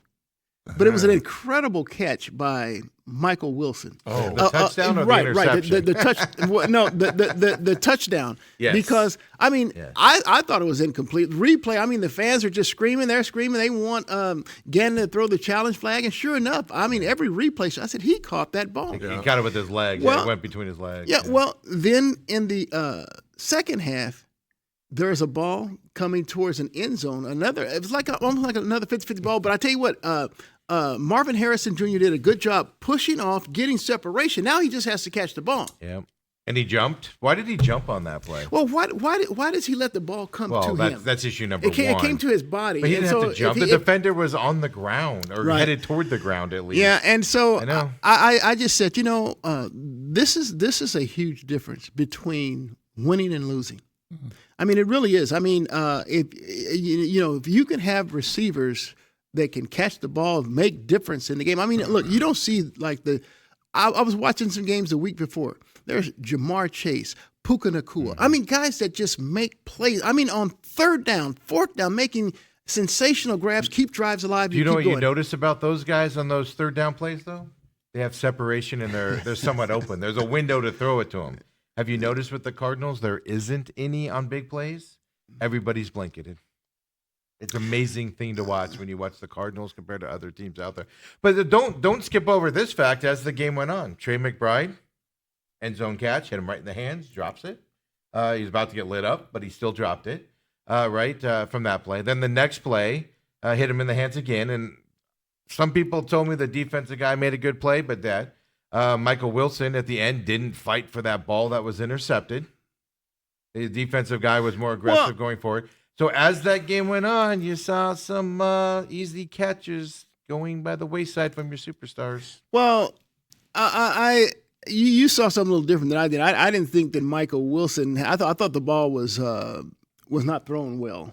It was thrown toward. Well, I'm not going to call it a back shoulder throw, but it was a throw that he could have come back to, and the defender jumped on it, and Wilson was kind of just there. Yeah. Just Well. In addition to that, I mean, I'm not knocking Wilson for it. I'm just saying you put that together with the Trey McBride drops and big situations, things. As that game went on, you saw some guys, I'll just say, focus disappearing a little bit. Yeah, well, look, this season's lost, and here I find myself, and I'm sitting there watching a number of key guys go down. I mean, I hate it. Look, when Walter Nolan went down with that non-contact injury, the first thing that came to my head is like it's an ACL because he knew. I mean, you can see he's kind of like crying there, and so he knows. Garrett Williams knew. He knew, and so we've learned that it's an Achilles issue with him. But I mean, and so I was asking myself as I'm sitting there, man, because Josh Sweat went out before that. I don't even know what ankle. Okay. Which was weird because they said he was questionable return. We never saw him on the sideline. Like in the third quarter, I was like, Sweat hasn't come back from an ankle injury? And then sometime late in the third, they said he was out, unable to come back. And I'm like, really? Yeah. I found myself, particularly after the Nolan injury, saying, should I just find my key players, McBride, Wilson, and Buda Baker? I mean, should I just sit them down and say, because Buda got hurt and this guy got rocked a couple times in this game and got hurt. Because here's the problem. Here's the problem when I say that, is that I already see that Williams and Nolan, their injuries are going to bleed into next year. Absolutely. How many And so games? I'm looking and I'm saying, my key players, do I want them to potentially have an injury that could bleed into next year as well? I asked Dale that question yesterday. Okay. My thought is Jonathan Gannon comes back next year. Oh, stop it. No, Come on now. Hear me out. And I thought this during the game after Nolan went down. You want to know why? you have star player or players that are going to be integral part of your team next year, missing significant time next year. These are minimum 9-month recovery windows, right? Sure. And then you got the other guys out there. You have a quarterback question mark. You're not going to hire a guy to come in with half your team, half your guys not coming back next year. So you keep him for another year, sacrificial lamb. You blow them out in week 6 when they're losing and everything. Go interim, and then you come back at that point, and you set up for 27. Is my thought? Because you're not going to be able to hire Dale. Are you going to hire somebody in this going into next year with all these injuries bleeding into next year? And you're going to get a top level coach to come in and go, I'm willing to sacrifice next year. Well, tell me the last time they got a top level coach in here to begin with a healthy group. Let me dream. Yeah. Let me dream. Well, let me just say that this is to why I disagree with you. I mean, I got there at like 10 a.m. because they said that's when the gates open for tailgating. Yeah, you tailgating out there? Yeah. And so I got a chance to talk with a number of fans, especially because the tent that we were you're on the Great Lawn. Thanks for the invite, Coop. It was a great band, by the way. But there were like there's all these adjacent tents that kind of connect onto yours, and so there's a couple people that recognize me. We're throwing the ball around. We're talking to him, and I asked him. I said, "What's your thoughts about next year?" You know, and I'm telling you, it was unanimous. They all wanted Gannon gone. Yeah. They wanted Gannon gone. I agree, yeah. And so I'm like, man, that was an interesting perspective for me. But now, here's what I want you to take a step back. Okay. And listen to what Steve said. Yeah, in a perfect world, you blow this staff out. I want Gannon gone. You bring in a young and up and coming dude and a guy like that's up in Chicago and all that. But that's in a perfect world. But who are you selling this job to that's worth that? Dale, I've already told you guys I'm going after Steve Spagnuolo from the Kansas City. Steve Spagnuolo is going to go, why? No, he won't, because it'll be another opportunity for him to be a head coach. And here's the deal: he's going to bring a different perspective from a defensive standpoint. Yeah, and I'm almost certain he's going to bring an offensive assistant from Kansas City and make him his offensive coordinator. So and again, guys, it's all about culture. Because I'm gonna tell you, I look over at the Phoenix Suns arena, mm-hmm. and there's a guy named Jordan Ott. Mm-hmm. I couldn't, there was not, but he brought in a culture that was kind of new and different in terms of how aggressive the Suns would be from a defensive standpoint. Okay, so here's my question though, Coop. And while I agree with you, Jordan Ott, somebody said he got coffee at Michigan State one time, and that was one of the reasons he got. I don't know if that's true or not. But is it him? Or is it him combined with Dylan Brooks? No, there's no question. Combined with what he's got. There is absolutely no question that Dylan. If you ask me the biggest single difference with the Suns, I would tell you that it's the mentality and toughness that Dylan Brooks has brought here. Right. But I don't want to be a guy that overlooks someone like Jordan Ott, because what he was able to establish in Cleveland. As an assistant, I think he brought those same elements over here. Cleveland's not doing as well this year without him. They brought those elements over to Phoenix, and so I think it's combined there. So, but here's the deal: Spagnuolo has been a part of, I believe, 4 Super Bowls with the Kansas City Chiefs, and every year except for this year, that Patrick Mahomes has been in the league, they've been in the AFC Championship game. Yeah. So. At some point, you have to give Spagnuolo a little credit, because I'm telling you, when Tyreek Hill left and went to Miami from Kansas City, the offense was different. It was all about Mahomes and that dynamic offense. After he left Hill, the defense actually helped carry for a couple Kansas. years. Yeah. And so I'm bringing that perspective into Arizona with the Cardinals from my standpoint. Right. And I think it'll make a difference, because, see, when you bring in fresh ideas. You bring in people who can put you in positions to make plays, or maybe schematic are different. I think that it can change the culture. Okay, and I understand. Let's put it this way: I would like this entire coaching staff gone. Okay. So we put that over there. Okay. Now let's look at reality. You approach Steve Spagnuolo. He's had a head coaching job. Failed. Is he taking this job? Sure he is. He wants He's to second. taking this job. Yes, he will. You don't think that, hey, Andy Reid's going, I wouldn't take that with a 10-foot pole. It's not about look, that's going to be a guaranteed 5-year contract that puts him in a financial bracket that he's not even in Kansas City. That's number one. Number two, he's anxious to prove himself again, because we've talked about on this very show coaches who failed initially and then became Super Bowl champions, like Bill Belichick. I mean, and I so forth. want Robert Salah to be the next head coach, but Robert Salah is not. He did this in the Jets. He's not coming to Arizona. Okay, he might be a little bit more selective, but I believe a guy like Spagnuolo. It has been a while, and he's getting up there in years. So, at what point do you say, "Hey, I'll wait for the better opportunity," and that never comes along? Right, and I'm going to give him the opportunity or the chance to decide, what he likes at quarterback. Because here's what really bothers me too, Coop, is I see a lot what's happened to the Cardinals that happened to the Diamondbacks. Diamondbacks are coming into spring training with 3, 4, 5 guys Injured, yeah. It's still injured, and you don't know when they're coming back. At some point, now these guys are getting hurt in December, and you did. Sometimes, for some reason, you're getting smarter as you get older.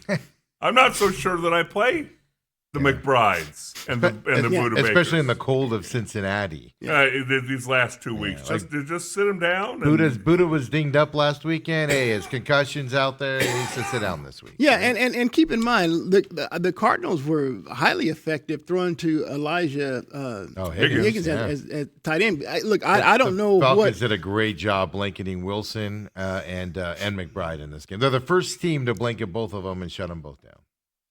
Yeah, and look, it wasn't like, and maybe that's what helped open up the running game, because the Cardinals did a really good job running the ball, and they did a good job finding some of those check down or secondary receivers like Higgins. I mean, Higgins made some nice run after catch. Some yak involved in that. I'm looking it up here real quick. That's what I'm trying to find on my phone here. So they finished with 132 rushing yards. Even that drive that Kiner had. Kiner drove the ball down. He had 11 and a 12-yard run. And they get to the red zone. What are they? The 6-yard line, 3 throws, 3 incompletes, field goal attempt.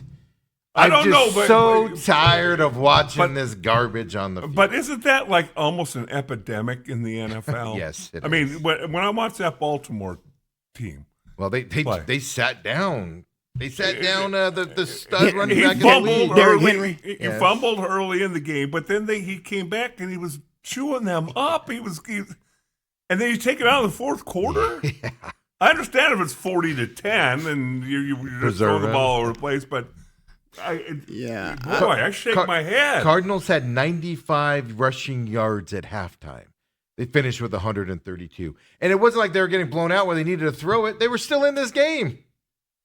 What? Yeah. It just. How much did you look at the statue on the sideline while you were there in person? Oh, you know what? I would have needed binoculars to see him across the field. Yeah, I didn't see every time he moved. So there was a play at the end. When the Cardinals started using their timeouts at the end to get the ball back and stop them. You watch any other game out there. Head coaches, you've seen Sean McVay. We talked about it yesterday. Run 30 yards to call a timeout on an official. So he calls his first timeout, and he's, of course, standing on the sideline, arms crossed, calls timeout. Ref goes. Next play, this is the one they didn't call timeout on. The ref's standing about 5 yards away from him. And Jonathan Gannon's just standing there, like he does the statue. He's just standing there. The play ends. The ref turns, looks at him, and he doesn't move it. He's just, he might look at him or mouth something, but he's just arms crossed. And the ref's like, all right, and just jogs out and does his job. And I'm just like, in those positions, you stand next to the ref. Every other coach stands next to the ref, tells them ahead of time, hey, we're going to call timeout, or hey, we're not going to call timeout here. Just let them know. The ref was even like, really? You're going to stand over there and make me look at you to run in? Okay, whatever. It's just there's no urgency. There's no anything. And I was telling Dale, I was driving home from the game. And I just, the light came shining on me from above and just the light bulb went off. And I sat through the Steve Wilkes year, and they made an offensive coach change that year. That was a really disappointing year. I sat through a lot of seasons since '96 of just bad football, and this year just feels different on it. And I've determined that the difference is the coaching staff. They don't inspire you. Dave McGinnis is the worst winningest coach in the history of the Cardinals, and I remember his tenure fondly. Why? One heartbeat. Oh, we lost, but we're one heartbeat. And you just got inspiration from the guy. And Jonathan Gannon, it's just like, here we go again. He doesn't care. Why do I care? And that's it. And that's the reason why, Jonathan Gannon needs to go. Is there's just no inspiration. I can tell you the other thing that makes me, if I was cheering for the Cardinals, really bothered is the fact that the other three teams in your division, 11 wins. The other three teams in your division, Yeah, and they ain't going away anytime soon. No, and Dale, what they have done is that you can go down their roster, and they have drafted Pro Bowlers, impact players that make a difference. I mean, San Francisco Puka was a what draft pick, Dale? Fifth, I think we said. Round. Fifth round. They found a fifth rounder receiver, Yeah. and we can't find a number 4 receiver in the fourth pick. 4 overall in the first round. Yeah. I hear you.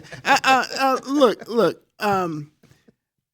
I just don't know how you can bring Gannon back. I don't disagree with you. That was my thought process during the game was you're not going to get anybody that wants to come in here with these injuries that are happening, the decimation of it. And that was my initial thought. I don't know if I believe it, but that was my thought. It went through my head. So I'm kind of just speaking it out there to see. I don't disagree. I mean, there needs to be a full blowout here. I would keep Monty, though. I think GM should have 2 chances to fix them. I'm okay with that. And here's the deal. So naturally, being at the Cardinals game, I miss a lot of the games because I'm usually in my man cave just switching around from different games. Yeah. Because I get the NFL Sunday ticket package. Well, so I go home now. I'm having to watch all the highlights, and so one of the games that intrigued me because I knew what it meant in terms of potential postseason play was Carolina and Tampa. Mm-hmm. Now, I thought for sure Tampa was going to win the game. Yep. All right? I mean, that's what I put They in my blew up my parlay. And so I'm watching Robert Young. He pulled this Houdini act that I've seen so many times with Kyler Murray here, and he throws the game, what turned out to be the game-winning touchdown. Not Robert Young. Just say Young. Young. Well, it'll come to it now that we're out of it. That sounded wrong. Yeah, it's not Robert. Yeah, Young. But the Panthers that were all struggling to. Yeah. Bryce Young. Bryce Young. Okay, thank you. All right, thank you, Dale. Can't say the wrong name. Yeah. We're all gonna. Okay. So let me start over. So I see Bryce Young. There you go. Do this Houdini act that I know Cardinals fans have seen many times with Kyler Murray. So it takes me, and so if you don't have a dual threat quarterback there. That's the difference between you going to the postseason and Carolina and going home. So it just reiterates my point that I don't want Jacoby Brissett as my quarterback going forward. I just don't. I've always been a guy that wants a mobile quarterback because they just make things happen. No, and I'm with you. I would love Jacoby Brissett to be my backup.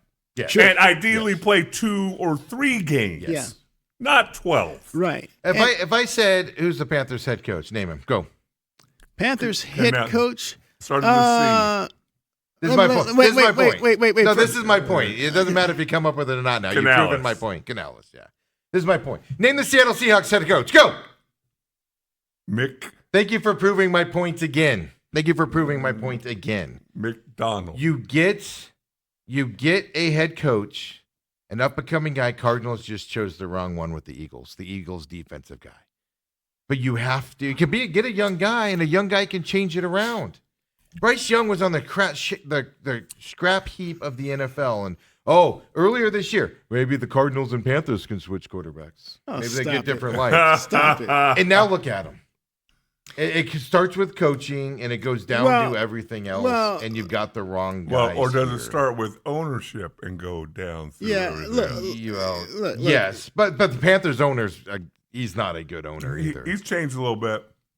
because he's tired of people yelling at him all the Hey, time. hey, look. I'll take you back 2 years ago. Bryce Young, #1 overall pick. Some guy named C.J. Stroud goes second. Mm-hmm. All right, Stroud was what, AFC Rookie of the Year. Yeah, We lit it up. And He's so struggling this now you had a lot of the fan base really down on the Panthers. We had a chance to take Stroud, and we took Bryce Young. Yeah. Blah blah blah blah blah.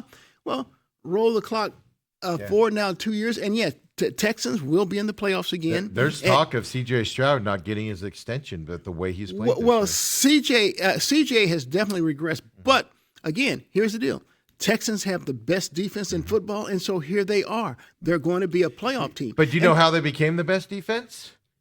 The head coach Drafting. gave up calling defensive calling duties. They made a change. How's that working out, Cardinals?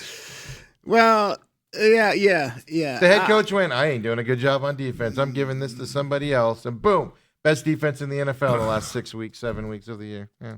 Yeah. So, but I'm just saying that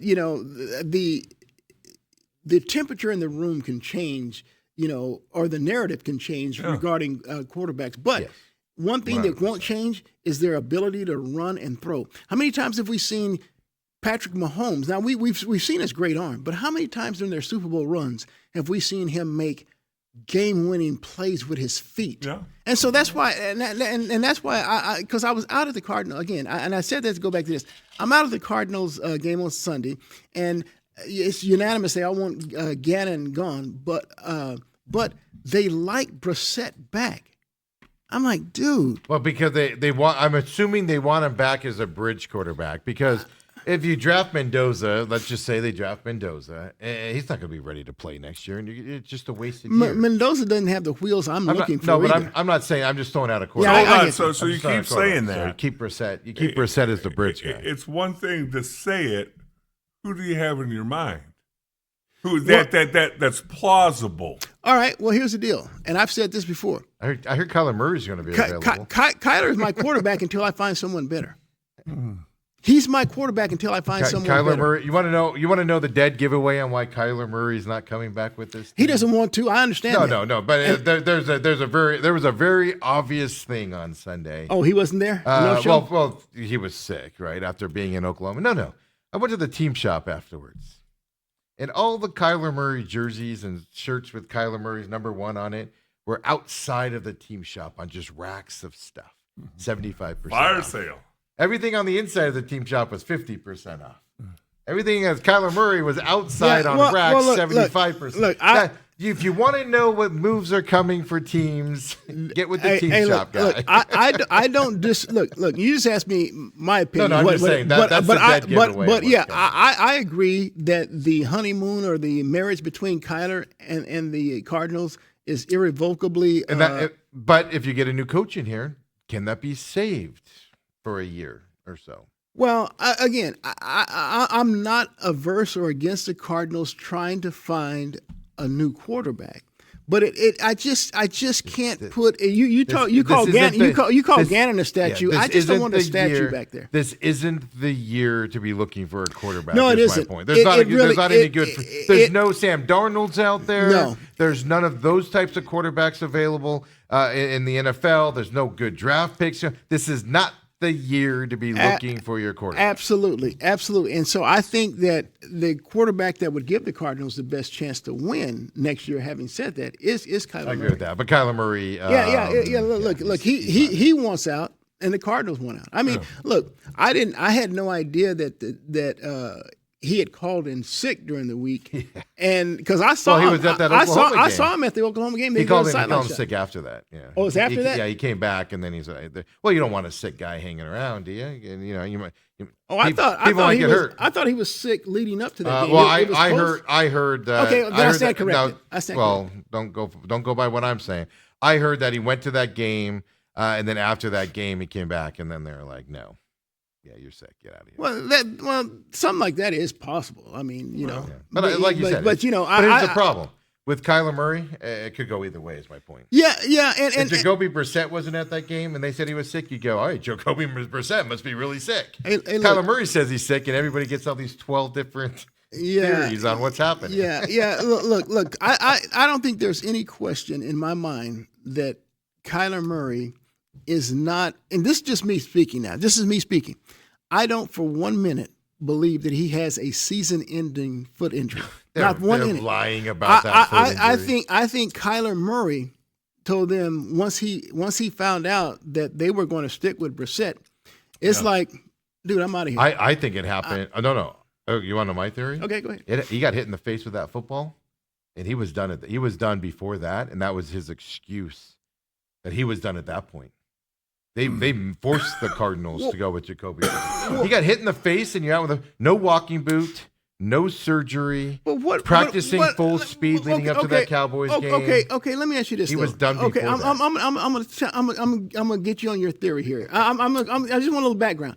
Clearly, there was a miscommunication between the center and the quarterback because the snap came and he was not expecting that. And he broke his foot. Are you trying to tell me that miscommunication would lead to what I'm telling you is going into that game, Kyler Murray had already soured on the Cardinals and the coaching staff, and that was the excuse. Oh, I see.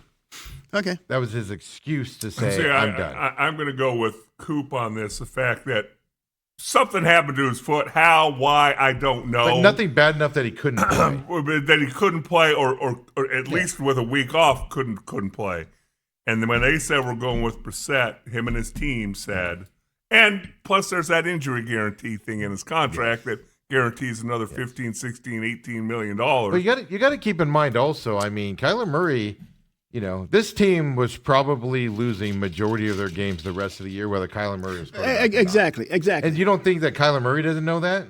He doesn't want to go out losing 9, 10, 11, 12 when he's got one more contract at least coming. Yeah. You know, and stuff to that. So, I mean, all those things factor in. But Kyler Murray, to me, is a guy that just doesn't want to do the extra stuff to be great. Every quarterback in the league hires an external quarterback coach in the offseason to work with them. Josh Allen hired somebody that works with him on just his stance on throwing the ball, stuff to that.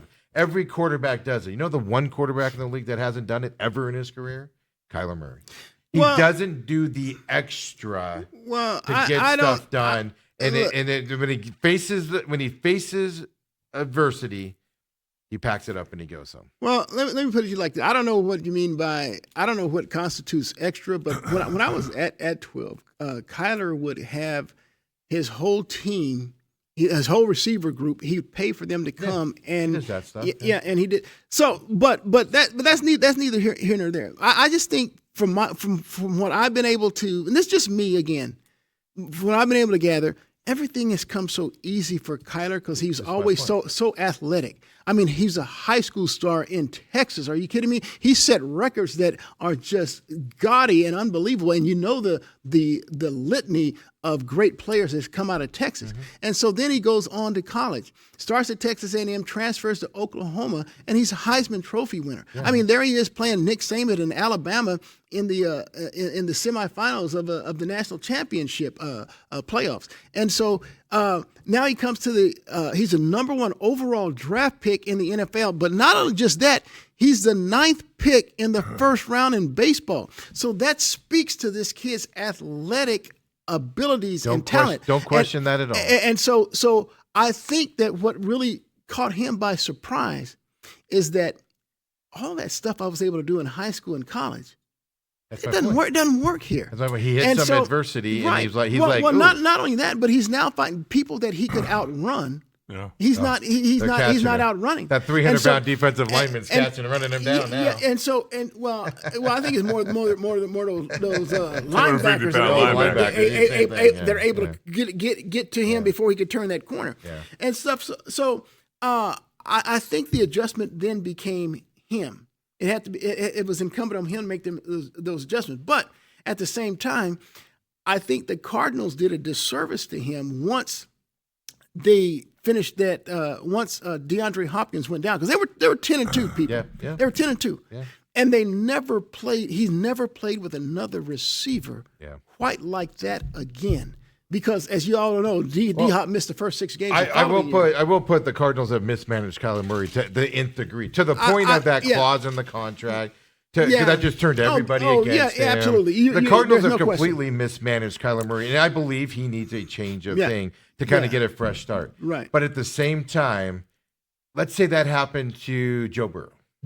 He would have fought through that. And I'm going to prove everybody wrong and done the. Kyler Murray just doesn't give you the impression. I know he does extra stuff. Don't get me wrong. But he doesn't look like he's the guy that's like, I'm going to fight. He's more of the guy that goes, you know what, I'm going to leave. Well, to your point, the fact that the Cardinals even included that language in his clause, it speaks volumes. I know. So I'm not gonna argue that. But I mean, it's just mismanagement by the Cardinals. Sure it is. And it started with Cliff Kingsbury allowing Kyler to yell and shout at him on the field, on the sidelines. Dude, no, you can't have the statue won't stand for that. He might hit you if you do something wrong.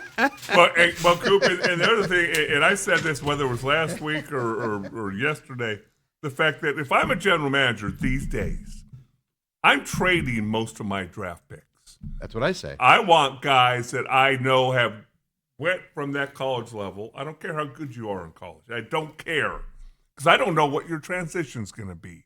I don't know how you're going to react to getting beat maybe for the first time in your life. You see that with Robinson. Your first like injury. How do you come back from your first injury? And yet, if you've been playing in the National Football League for 2, 3, 4 years, I know you've made that transition. I'll give you a second-round pick for a starter. And that's what I argue. Marvin Harrison Jr. has turned out to be I'm calling him a bust at this point. He is just an absolute bust at this point. Can he change it? Yes, he's a bust. He doesn't. All of a sudden, he doesn't know how to catch. I'm going to say he doesn't want to catch a contested. Well, I wouldn't say he doesn't want to, but I'm not going to argue with you that he's been a bust to this point. You could have traded that 4th pick and got a receiver that is proven in the NFL, and you would be better off today than taking him as the 4th pick. That's my argument. Yeah. Whatever your draft pick is this year, bundle it for somebody that's proven themselves, that's available to come onto your team. You're going to have better chances of success doing that than you will picking somebody. Let's put it like this: the Cardinals' track record of, I mean, if you look at right now, you'd probably say their best player offensively was someone that was drafted in Steve Keim period. Look at their free agency signings. And Keim before that, really didn't have a great draft history to begin with anyway. I mean, Robert. Go ahead. So now I try to find out, okay, so what's been Ossenfort's best player drafted? It's been a struggle. And I probably have to come and stop at Paris Johnson Jr.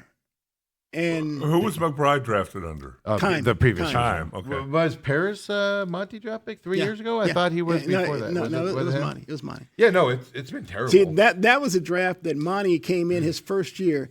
He had the 3 overall pick. A lot of people had projected Will Anderson. Right. That was the trading thing.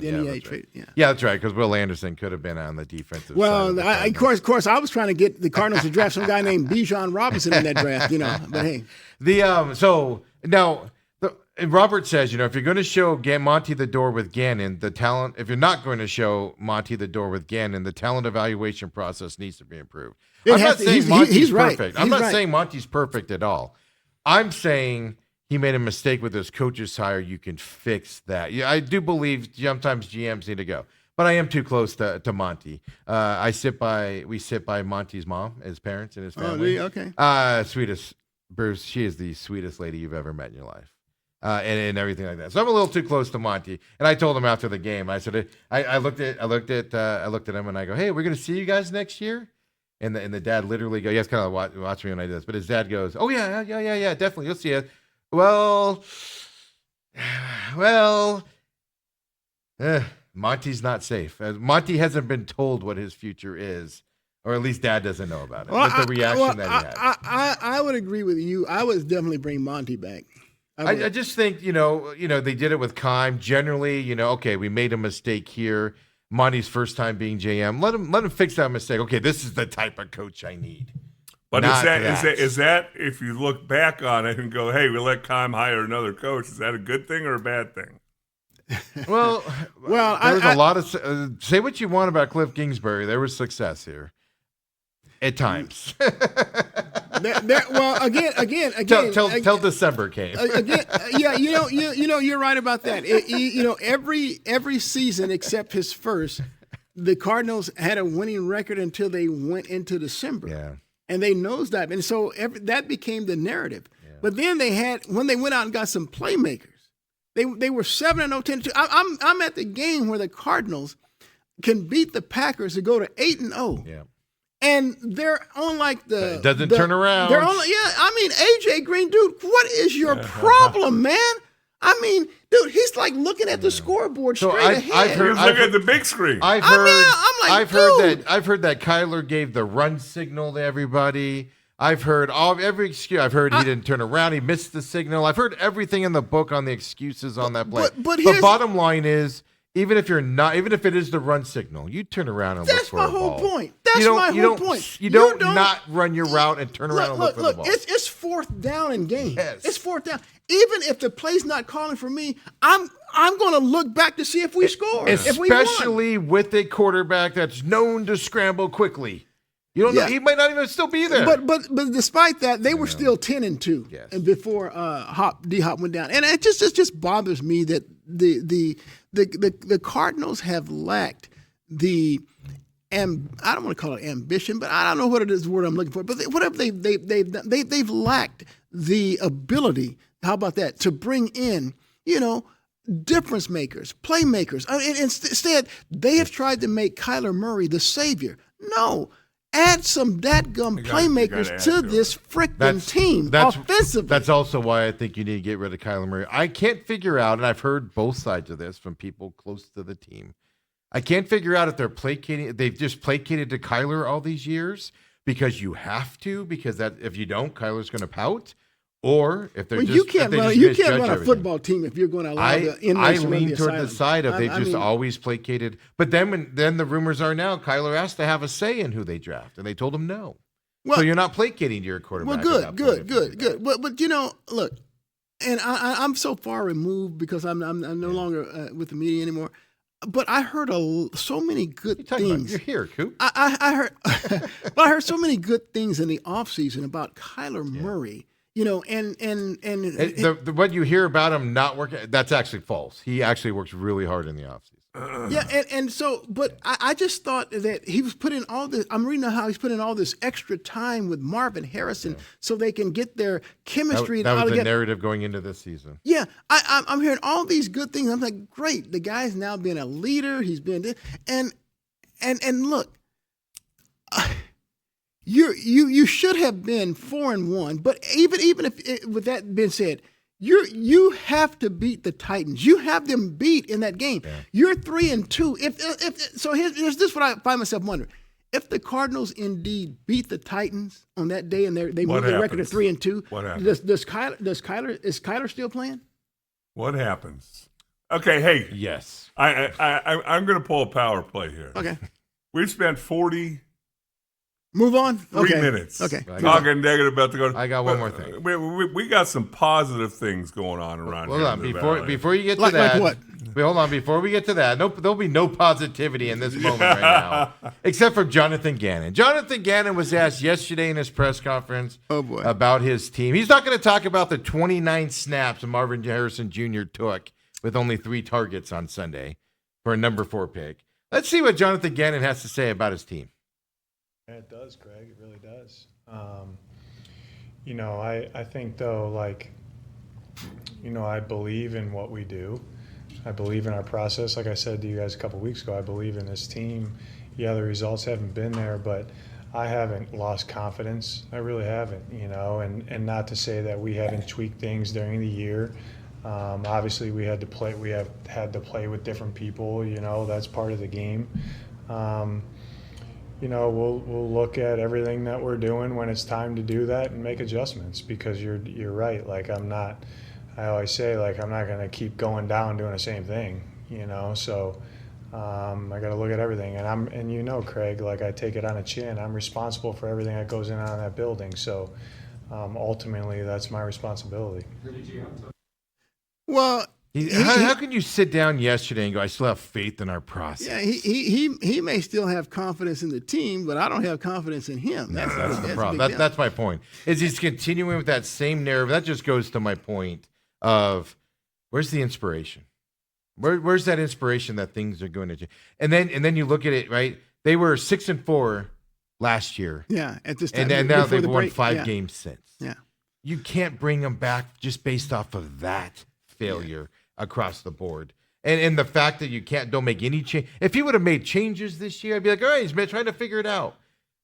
Sean McVay fired his special teams coach. Yeah. I don't know, last I checked, they have 11 wins. Hey, but that was, I thought, was a BS call on, because I know it wasn't special teams, but Yeah. that 2-point conversion, Hey, yeah, that was dude, bad for I have them. major issues. You with can't, that. I don't get, I'm just confused. You can't advance a fumble under 2 minutes, but you can advance that. Like, why don't, my head hurts. No, man, well, the that guy, kind he of stuff. picked it up in the Why recovery was made There's in a the end whistle, zone. but because he picked it up, it was a clear recovery. I mean, Like, what are we but doing? that's not a lateral. I know. Let's get positive. It's Christmas Dale. season. Dale, get us positive. Coop. Okay, Well, I'll go positive. Coop- Scottsdale Christian Academy Eagles are champions once again because they have a great coaching staff. And maybe is it addition by omission? Yes, it's addition by subtraction. Coop, I just got one question for you. You're an ASU alum. I am. Are you the one that's going to be stroking that $20 million check? Trust me, if I had that, I would certainly be sending it his way. But look, I was happy to see ASU actually commit and give. See, it wasn't necessarily, and this is what I love about Dillingham. It wasn't about him getting more money for himself. Mm-hmm.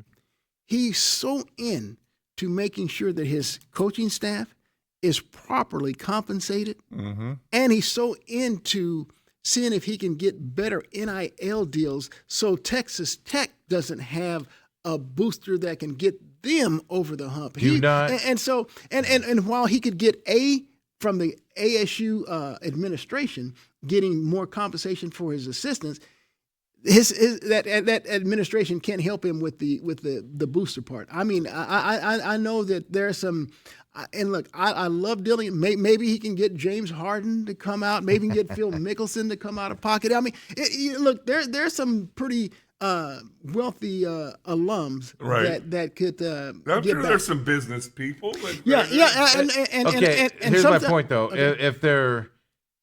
If they're inclined to do that, they would have already have done that. Well, No, but here's the deal.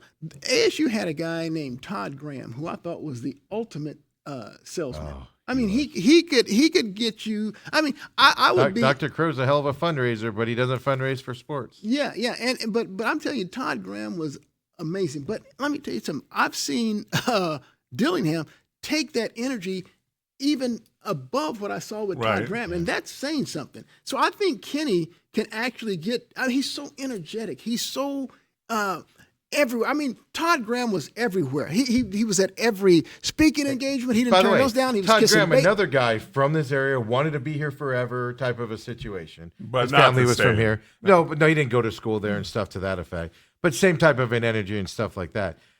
Do not kid yourself here, gentlemen.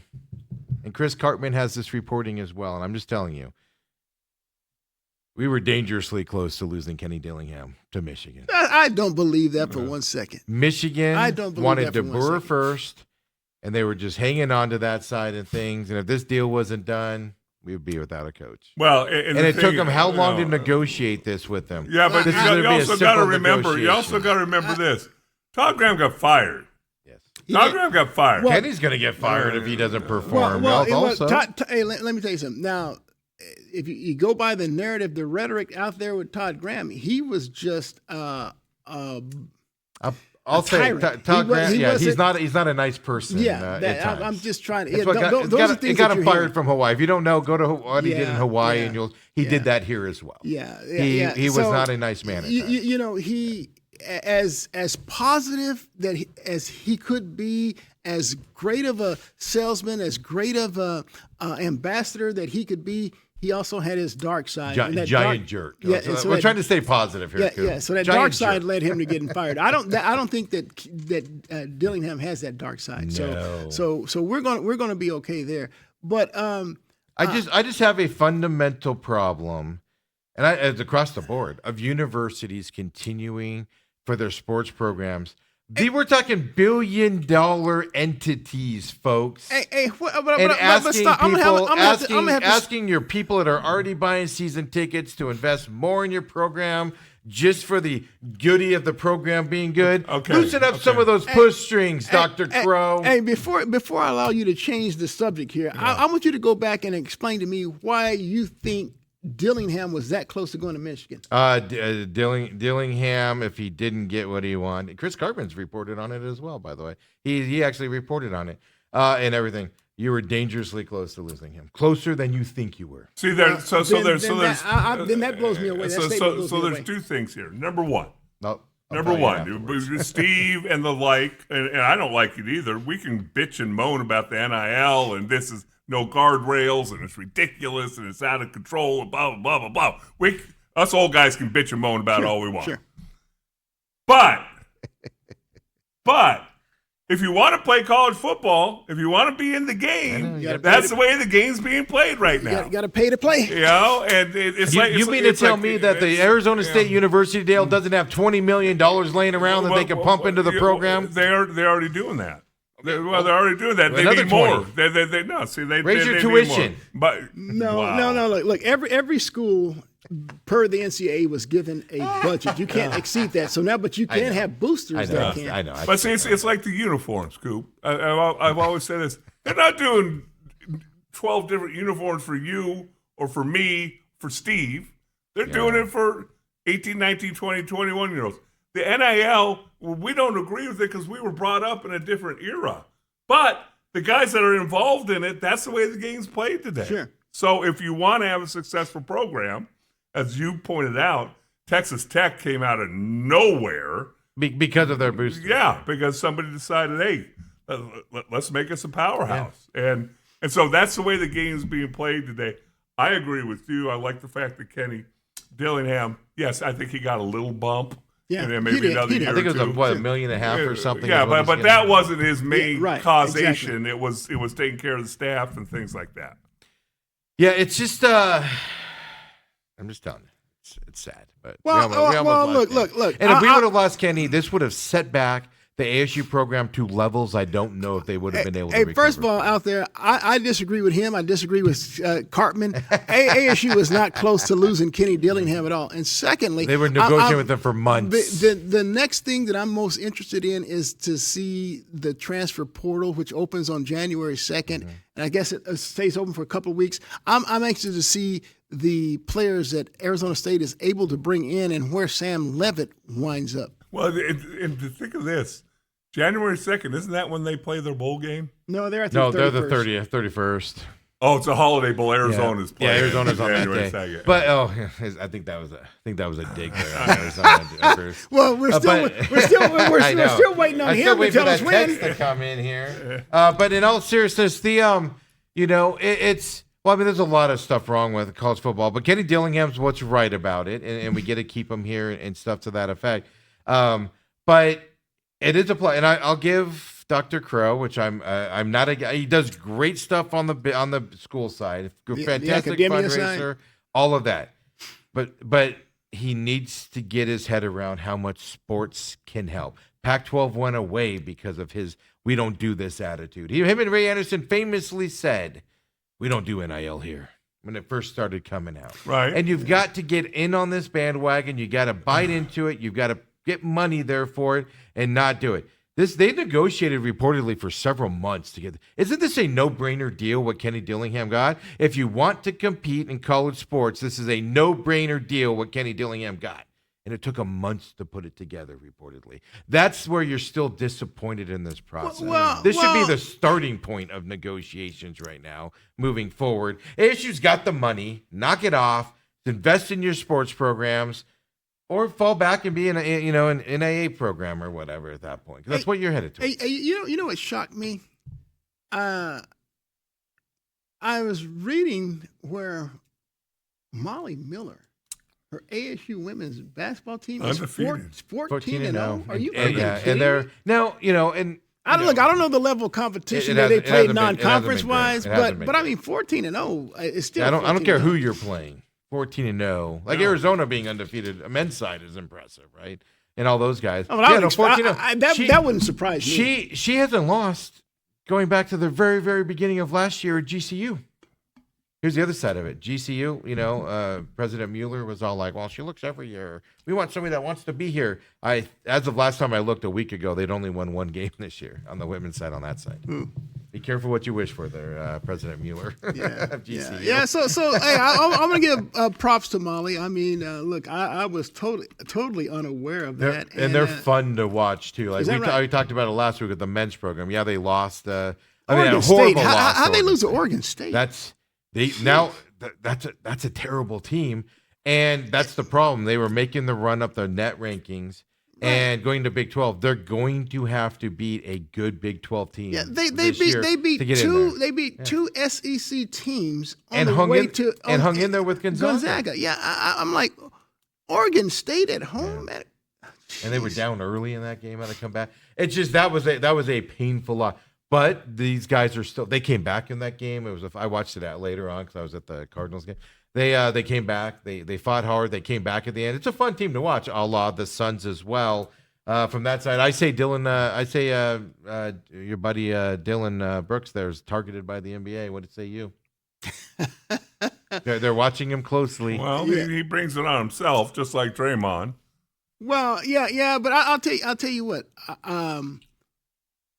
I'm not here to try to sound like I'm being a homer or anything like this, but I did see a major discrepancy or difference in video replay on identical plays. Let me take you back to the Suns game against the Lakers.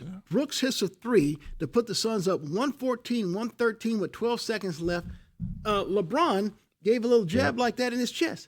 Do you know that when the Suns' next game they're playing against the Golden State Warriors, the Suns are up 5. Curry takes a shot, misses it, and your boy Brooks goes like that. Now, they went to replay in each one. They didn't call a foul against a flagrant against LeBron James, but they did against Dylan He's Brooks. being targeted. I mean, it's the exact. I'm like, dude, look, I'm Coop. trying my best not to be a homer, In that but first- that's what I see. I can't help. That's what I see. I'll help you out. In that first Golden State game, no foul called. They stopped the play. No foul called, and they stopped it to go review if there was a flagrant action on Brooks. They stopped. No foul called, and they blew the whistle and go, "We're going to look and see if there was an action at," and they ended up rescinding it. But not even they're looking at flagrant fouls when there's not even fouls called on the court on Dylan Brooks. Yeah, maybe Dale makes a point. I mean, it's the history. Well, it's the history, and the other thing, when he had I'm going to do some soul searching, and I got to talk about that. I was telling Steve and our audience, I used to have a temper in basketball. See, more so in basketball than in football. Wait, you used to have a temper? And my dad, I don't think I ever committed a foul, Coop, just so you know. and evidently I turn away from the official and mouth things like, bad words. And I'd always turn towards the home stands for some reason, and my mom would see it. My dad said, Dad, just one time, I want you to raise your hand when a foul's called, bounce the ball back to the official, do whatever you need to do, and keep your wits about you. And so I decided to do that one time. Only time in 3 years of varsity basketball, Coop, that I scored not in double digits. Thought I was going to have a heart attack. Played the worst game of my career. So some of that is just innate. That's you. Being Dylan Brooks is what I'm comparing it to. Yeah, and so, but Dylan, see, I don't have look. I understand that who Dylan Brooks is, what his history is, and so I understand that there's a give and take. So whatever that he gives me, I got to take whatever he's going to dish out. But the problem I have, Dale, and I just worked so hard. I looked at it because I looked at it a million times. That's exaggerating, but I mean, Dale, the video review I is there. understand. I You understand. cannot make differences or have a popularity contest when you're dealing with But- actual video. But Coop, you've watched basketball for a long, long time. Are you telling me that superstars don't get preferential treatment? They do, Dale. They do, but not with video review. That's They, the they, problem. when the whistle is called in real time, yes, you expect that. But I expect the proper call to be made when you go to video review.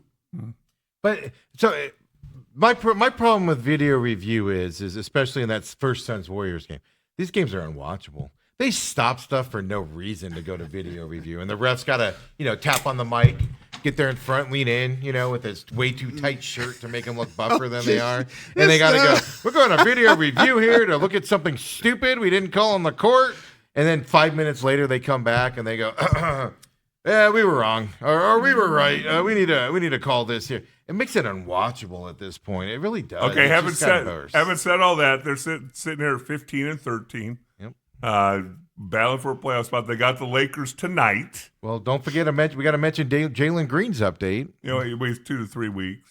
But the problem is, they said 4 to 6 originally, and now it's another 2 to 3 Yeah. weeks. Well, Does that say setback? And that's fine. Let them stay out till the middle of January. Yeah, look, I've never really had a hamstring injury, but I know people who have, and they just tell it it's such a temperamental injury. And It's something like 33% of NBA players re-injure that injury after they come back. Because at the end of the day, you try and go full speed in practice, and you don't. There's a different gear you have in a game. Yeah. And so you feel good in practice, and then all of a sudden you haven't got to that gear yet. But here's my question. The Lakers tonight, then they go New Orleans, Washington, Cleveland, Sacramento. I'm shocked. New Orleans is actually playing really well. they're playing right well now. I was shocked to see that. But here's the deal. I remember when the Suns were really surprising us in November and stuff. We looked ahead at this December schedule. Yep. And we said if the Suns can survive this December schedule, they're going to be all right. Well, regardless if they win or lose tonight, they're going to come out of the meat of that very difficult December schedule above 500. Yep. So I think it's a win-win. And so I've already looked at and I've seen where the Lakers aren't going to be playing Luka Doncic tonight. So that takes some of the fun away from me because I just absolutely love the give and take between Brooks and Luka and Brooks and LeBron. Yeah. I mean, it's worth the price But of is admission. LeBron playing? Because LeBron and Brooks is worth the price of admission by itself. Yeah, it is. But I enjoyed it. I enjoy it. So we may miss out on that, and maybe I enjoy the Luka a little bit more just because how he's antagonized Devin. Yeah. So I'll still watch tonight though. Yeah, I think I will too. It'll be fun. Anything else? Diamondbacks, doing their stuff out there. Well, Any Diamondback thoughts? I'm just surprised that as many teams that have come forward in the Cattell Marte one's supposed backed out. sweepstep. Yeah. The I guess it was Boston. So then they traded for Contreras with St. Louis instead. They Yeah, backed but- out. but- That tells you the Diamondbacks are asking for too much, doesn't it? Well, In their eyes. I guess that's a good point. That's a good point because I'm like, with that number of teams, I'm just surprised that there hasn't been a deal because Hazen's already admitted he will listen to all the deals, and so hey, Well, what's the maybe holdup then? maybe he is asking for the farm, Well, I mean, and there's nothing. you wrong got to with that. let Bregman's got to. Some of these big name free agents have to sign because if you're in the running for Bregman, for instance, just throwing him out there because he's in the talks with the Diamondbacks supposedly, you're not going to trade for Cattell Marte if you can get a Bregman, right? So you have to wait for these big guys, free agents, to sign, I think, before a trade. But I don't know. I just wonder if the Diamondbacks are asking too much for. Because I would take Cattell Marte over Contreras with the Cardinals, and obviously the Red Sox changed their mind on that. Yeah, well, look, I've seen all of a sudden the starting rotation I think has already come to fruition. All five with, of them. And then you're going to add Burns coming up. Yeah, too. you got Soroka, and then you re-signed Kelly. So yeah, I'm like, okay, well, I thought the big deal, the impetus of trading Cattell was to get back some frontline starting pitching. But if you've already addressed that, and you still have, and you talk about Corbin Burns will rejoin that at mid-season. Maybe you don't even want to trade. Let me ask you this: Bregman or Marte? I'm surprised at how so many local media members. You can't have both. Well, you could. Are they going to open up that? Yeah, I don't know if they would. But I'll tell you what. But if it comes down to either or, which one are you siding with? 'Cause I'm surprised. A lot of the local media chose the person that I'm actually shocked they chose. Shouldn't surprise me. I don't even know who they chose. Well, I'll tell you in a second. But I guess having said that, I would probably say with Cattell because I loved what I saw. I'm shocked by this. I loved what I saw with Blaze Alexander at third base. And I just don't know. And I hear the Diamondbacks are working Blaze more in the outfield. I'm like, dude, that dude was so solid. They're going to move third Lawler base. to second. That's the point. Short set. Oh, but I think Lawler's a guy that you can actually trade. So, I'm shocked. Most of the local media is saying stick with Cattell. I'll take one of the best third basemen in the league. For the that means getting rid of Cattell and getting rid of the best or top 2-3 of second baseman, and that mainly because Bregman is going to get hit by a pitch this year and show up to the game the next day, and Cattell Marte doesn't do that. And that locker room gets more solid. You get that toughness back into there, from everybody. He's a leader, and that's why I would make that trade. You're not giving anything up other than that. You gotta love Steve. You really do. I mean, he will not. He gets set on something. He won't let it go. That hit by pitch and playing through pain. Yeah. Steve is so down on Marte on that he will not relent. I love it. Yeah, that's why I would make the move. And I'm shocked. I'm shocked at the amount of people going, I'd stick with Marte. I don't get it. They're similar players otherwise, except for that toughness side. And one less player to go to the Dominican Republic after the All-Star game. The flight miles will be less on the plane. Oh my gosh! Hey, what are you doing for Christmas as we wrap up the show today? Biggest thing on my mind is always. Make sure that the family, the girls in the house are enjoying themselves with their gifts, and then it's about ball and vittles. Yeah, ball and vittles. I mean, I'm going to eat, watch ball, watch ball some more, eat. I mean, that's my Christmas. Let me ask you this before I ask this question: Are you coming in next week? Or are you taking next week off? Sure. If you want me in, I'll be in. Come on in. If you want me in, I'll be in. We'll be here Tuesday. We're going to be Monday and Tuesday next week. I'll be here Friday. Dale's, got way more important. Hey, let me tell you something. But I'll be here Friday. I got one final note. I got a Christmas card in the mail. From oh, did you really? I mean, did you see how beautiful that family was, except for one individual in there? Are you making fun? And he's the dead center when you open it up. Boom, there he is. This one. I mean, that's like, dude. Can't you see the beauty of my daughters in me? I think the back is the cutest thing ever. That should be in the middle, unlike that. Yeah, how did he wind up with such a beautiful family? I don't get that. I'm just more upset that he actually spent money to send you yours. And me just throws it out of you this morning. I've known Coop for a while, and plus Coop's invited me out for lunch and things like that. So here we go with that. Then I'll save my question about the next round of the playoffs for next week. Then, we'll talk college football playoffs next week if you're coming in on Tuesday. I'll save that there. But appreciate you coming in today. Always fun with the legend, Bruce Cooper. Enjoyed it as always. See you next week, everybody. Merry Christmas. Hey, Merry Christmas to you. Merry Christmas to you. And we'll talk about that vaunted Sun Bowl coming up next week. That's right. Because Tuesday I'm leaving. Right after the show, I'm leaving. I'm headed to El Paso. Hey, before the Sun Bowl, I get a chance to watch the statue once again this weekend. Sunday statue in Cincinnati. Yeah. Will he be able to fold his arms with how many jackets he has on to stay warm is the question coming up from that side. So Coop will join us next Tuesday as well, along with Uncle Lou. For me and Dale, have a great Christmas. We're off the next couple of days. I'll do a show on Friday just to come in and have some fun with you guys. And then, of course, Dale and I will be back on Monday, Tuesday of next week. And all of that. Get ready for the New Year's out there. Folks, come and join us. We'll see you then, everybody. The main event.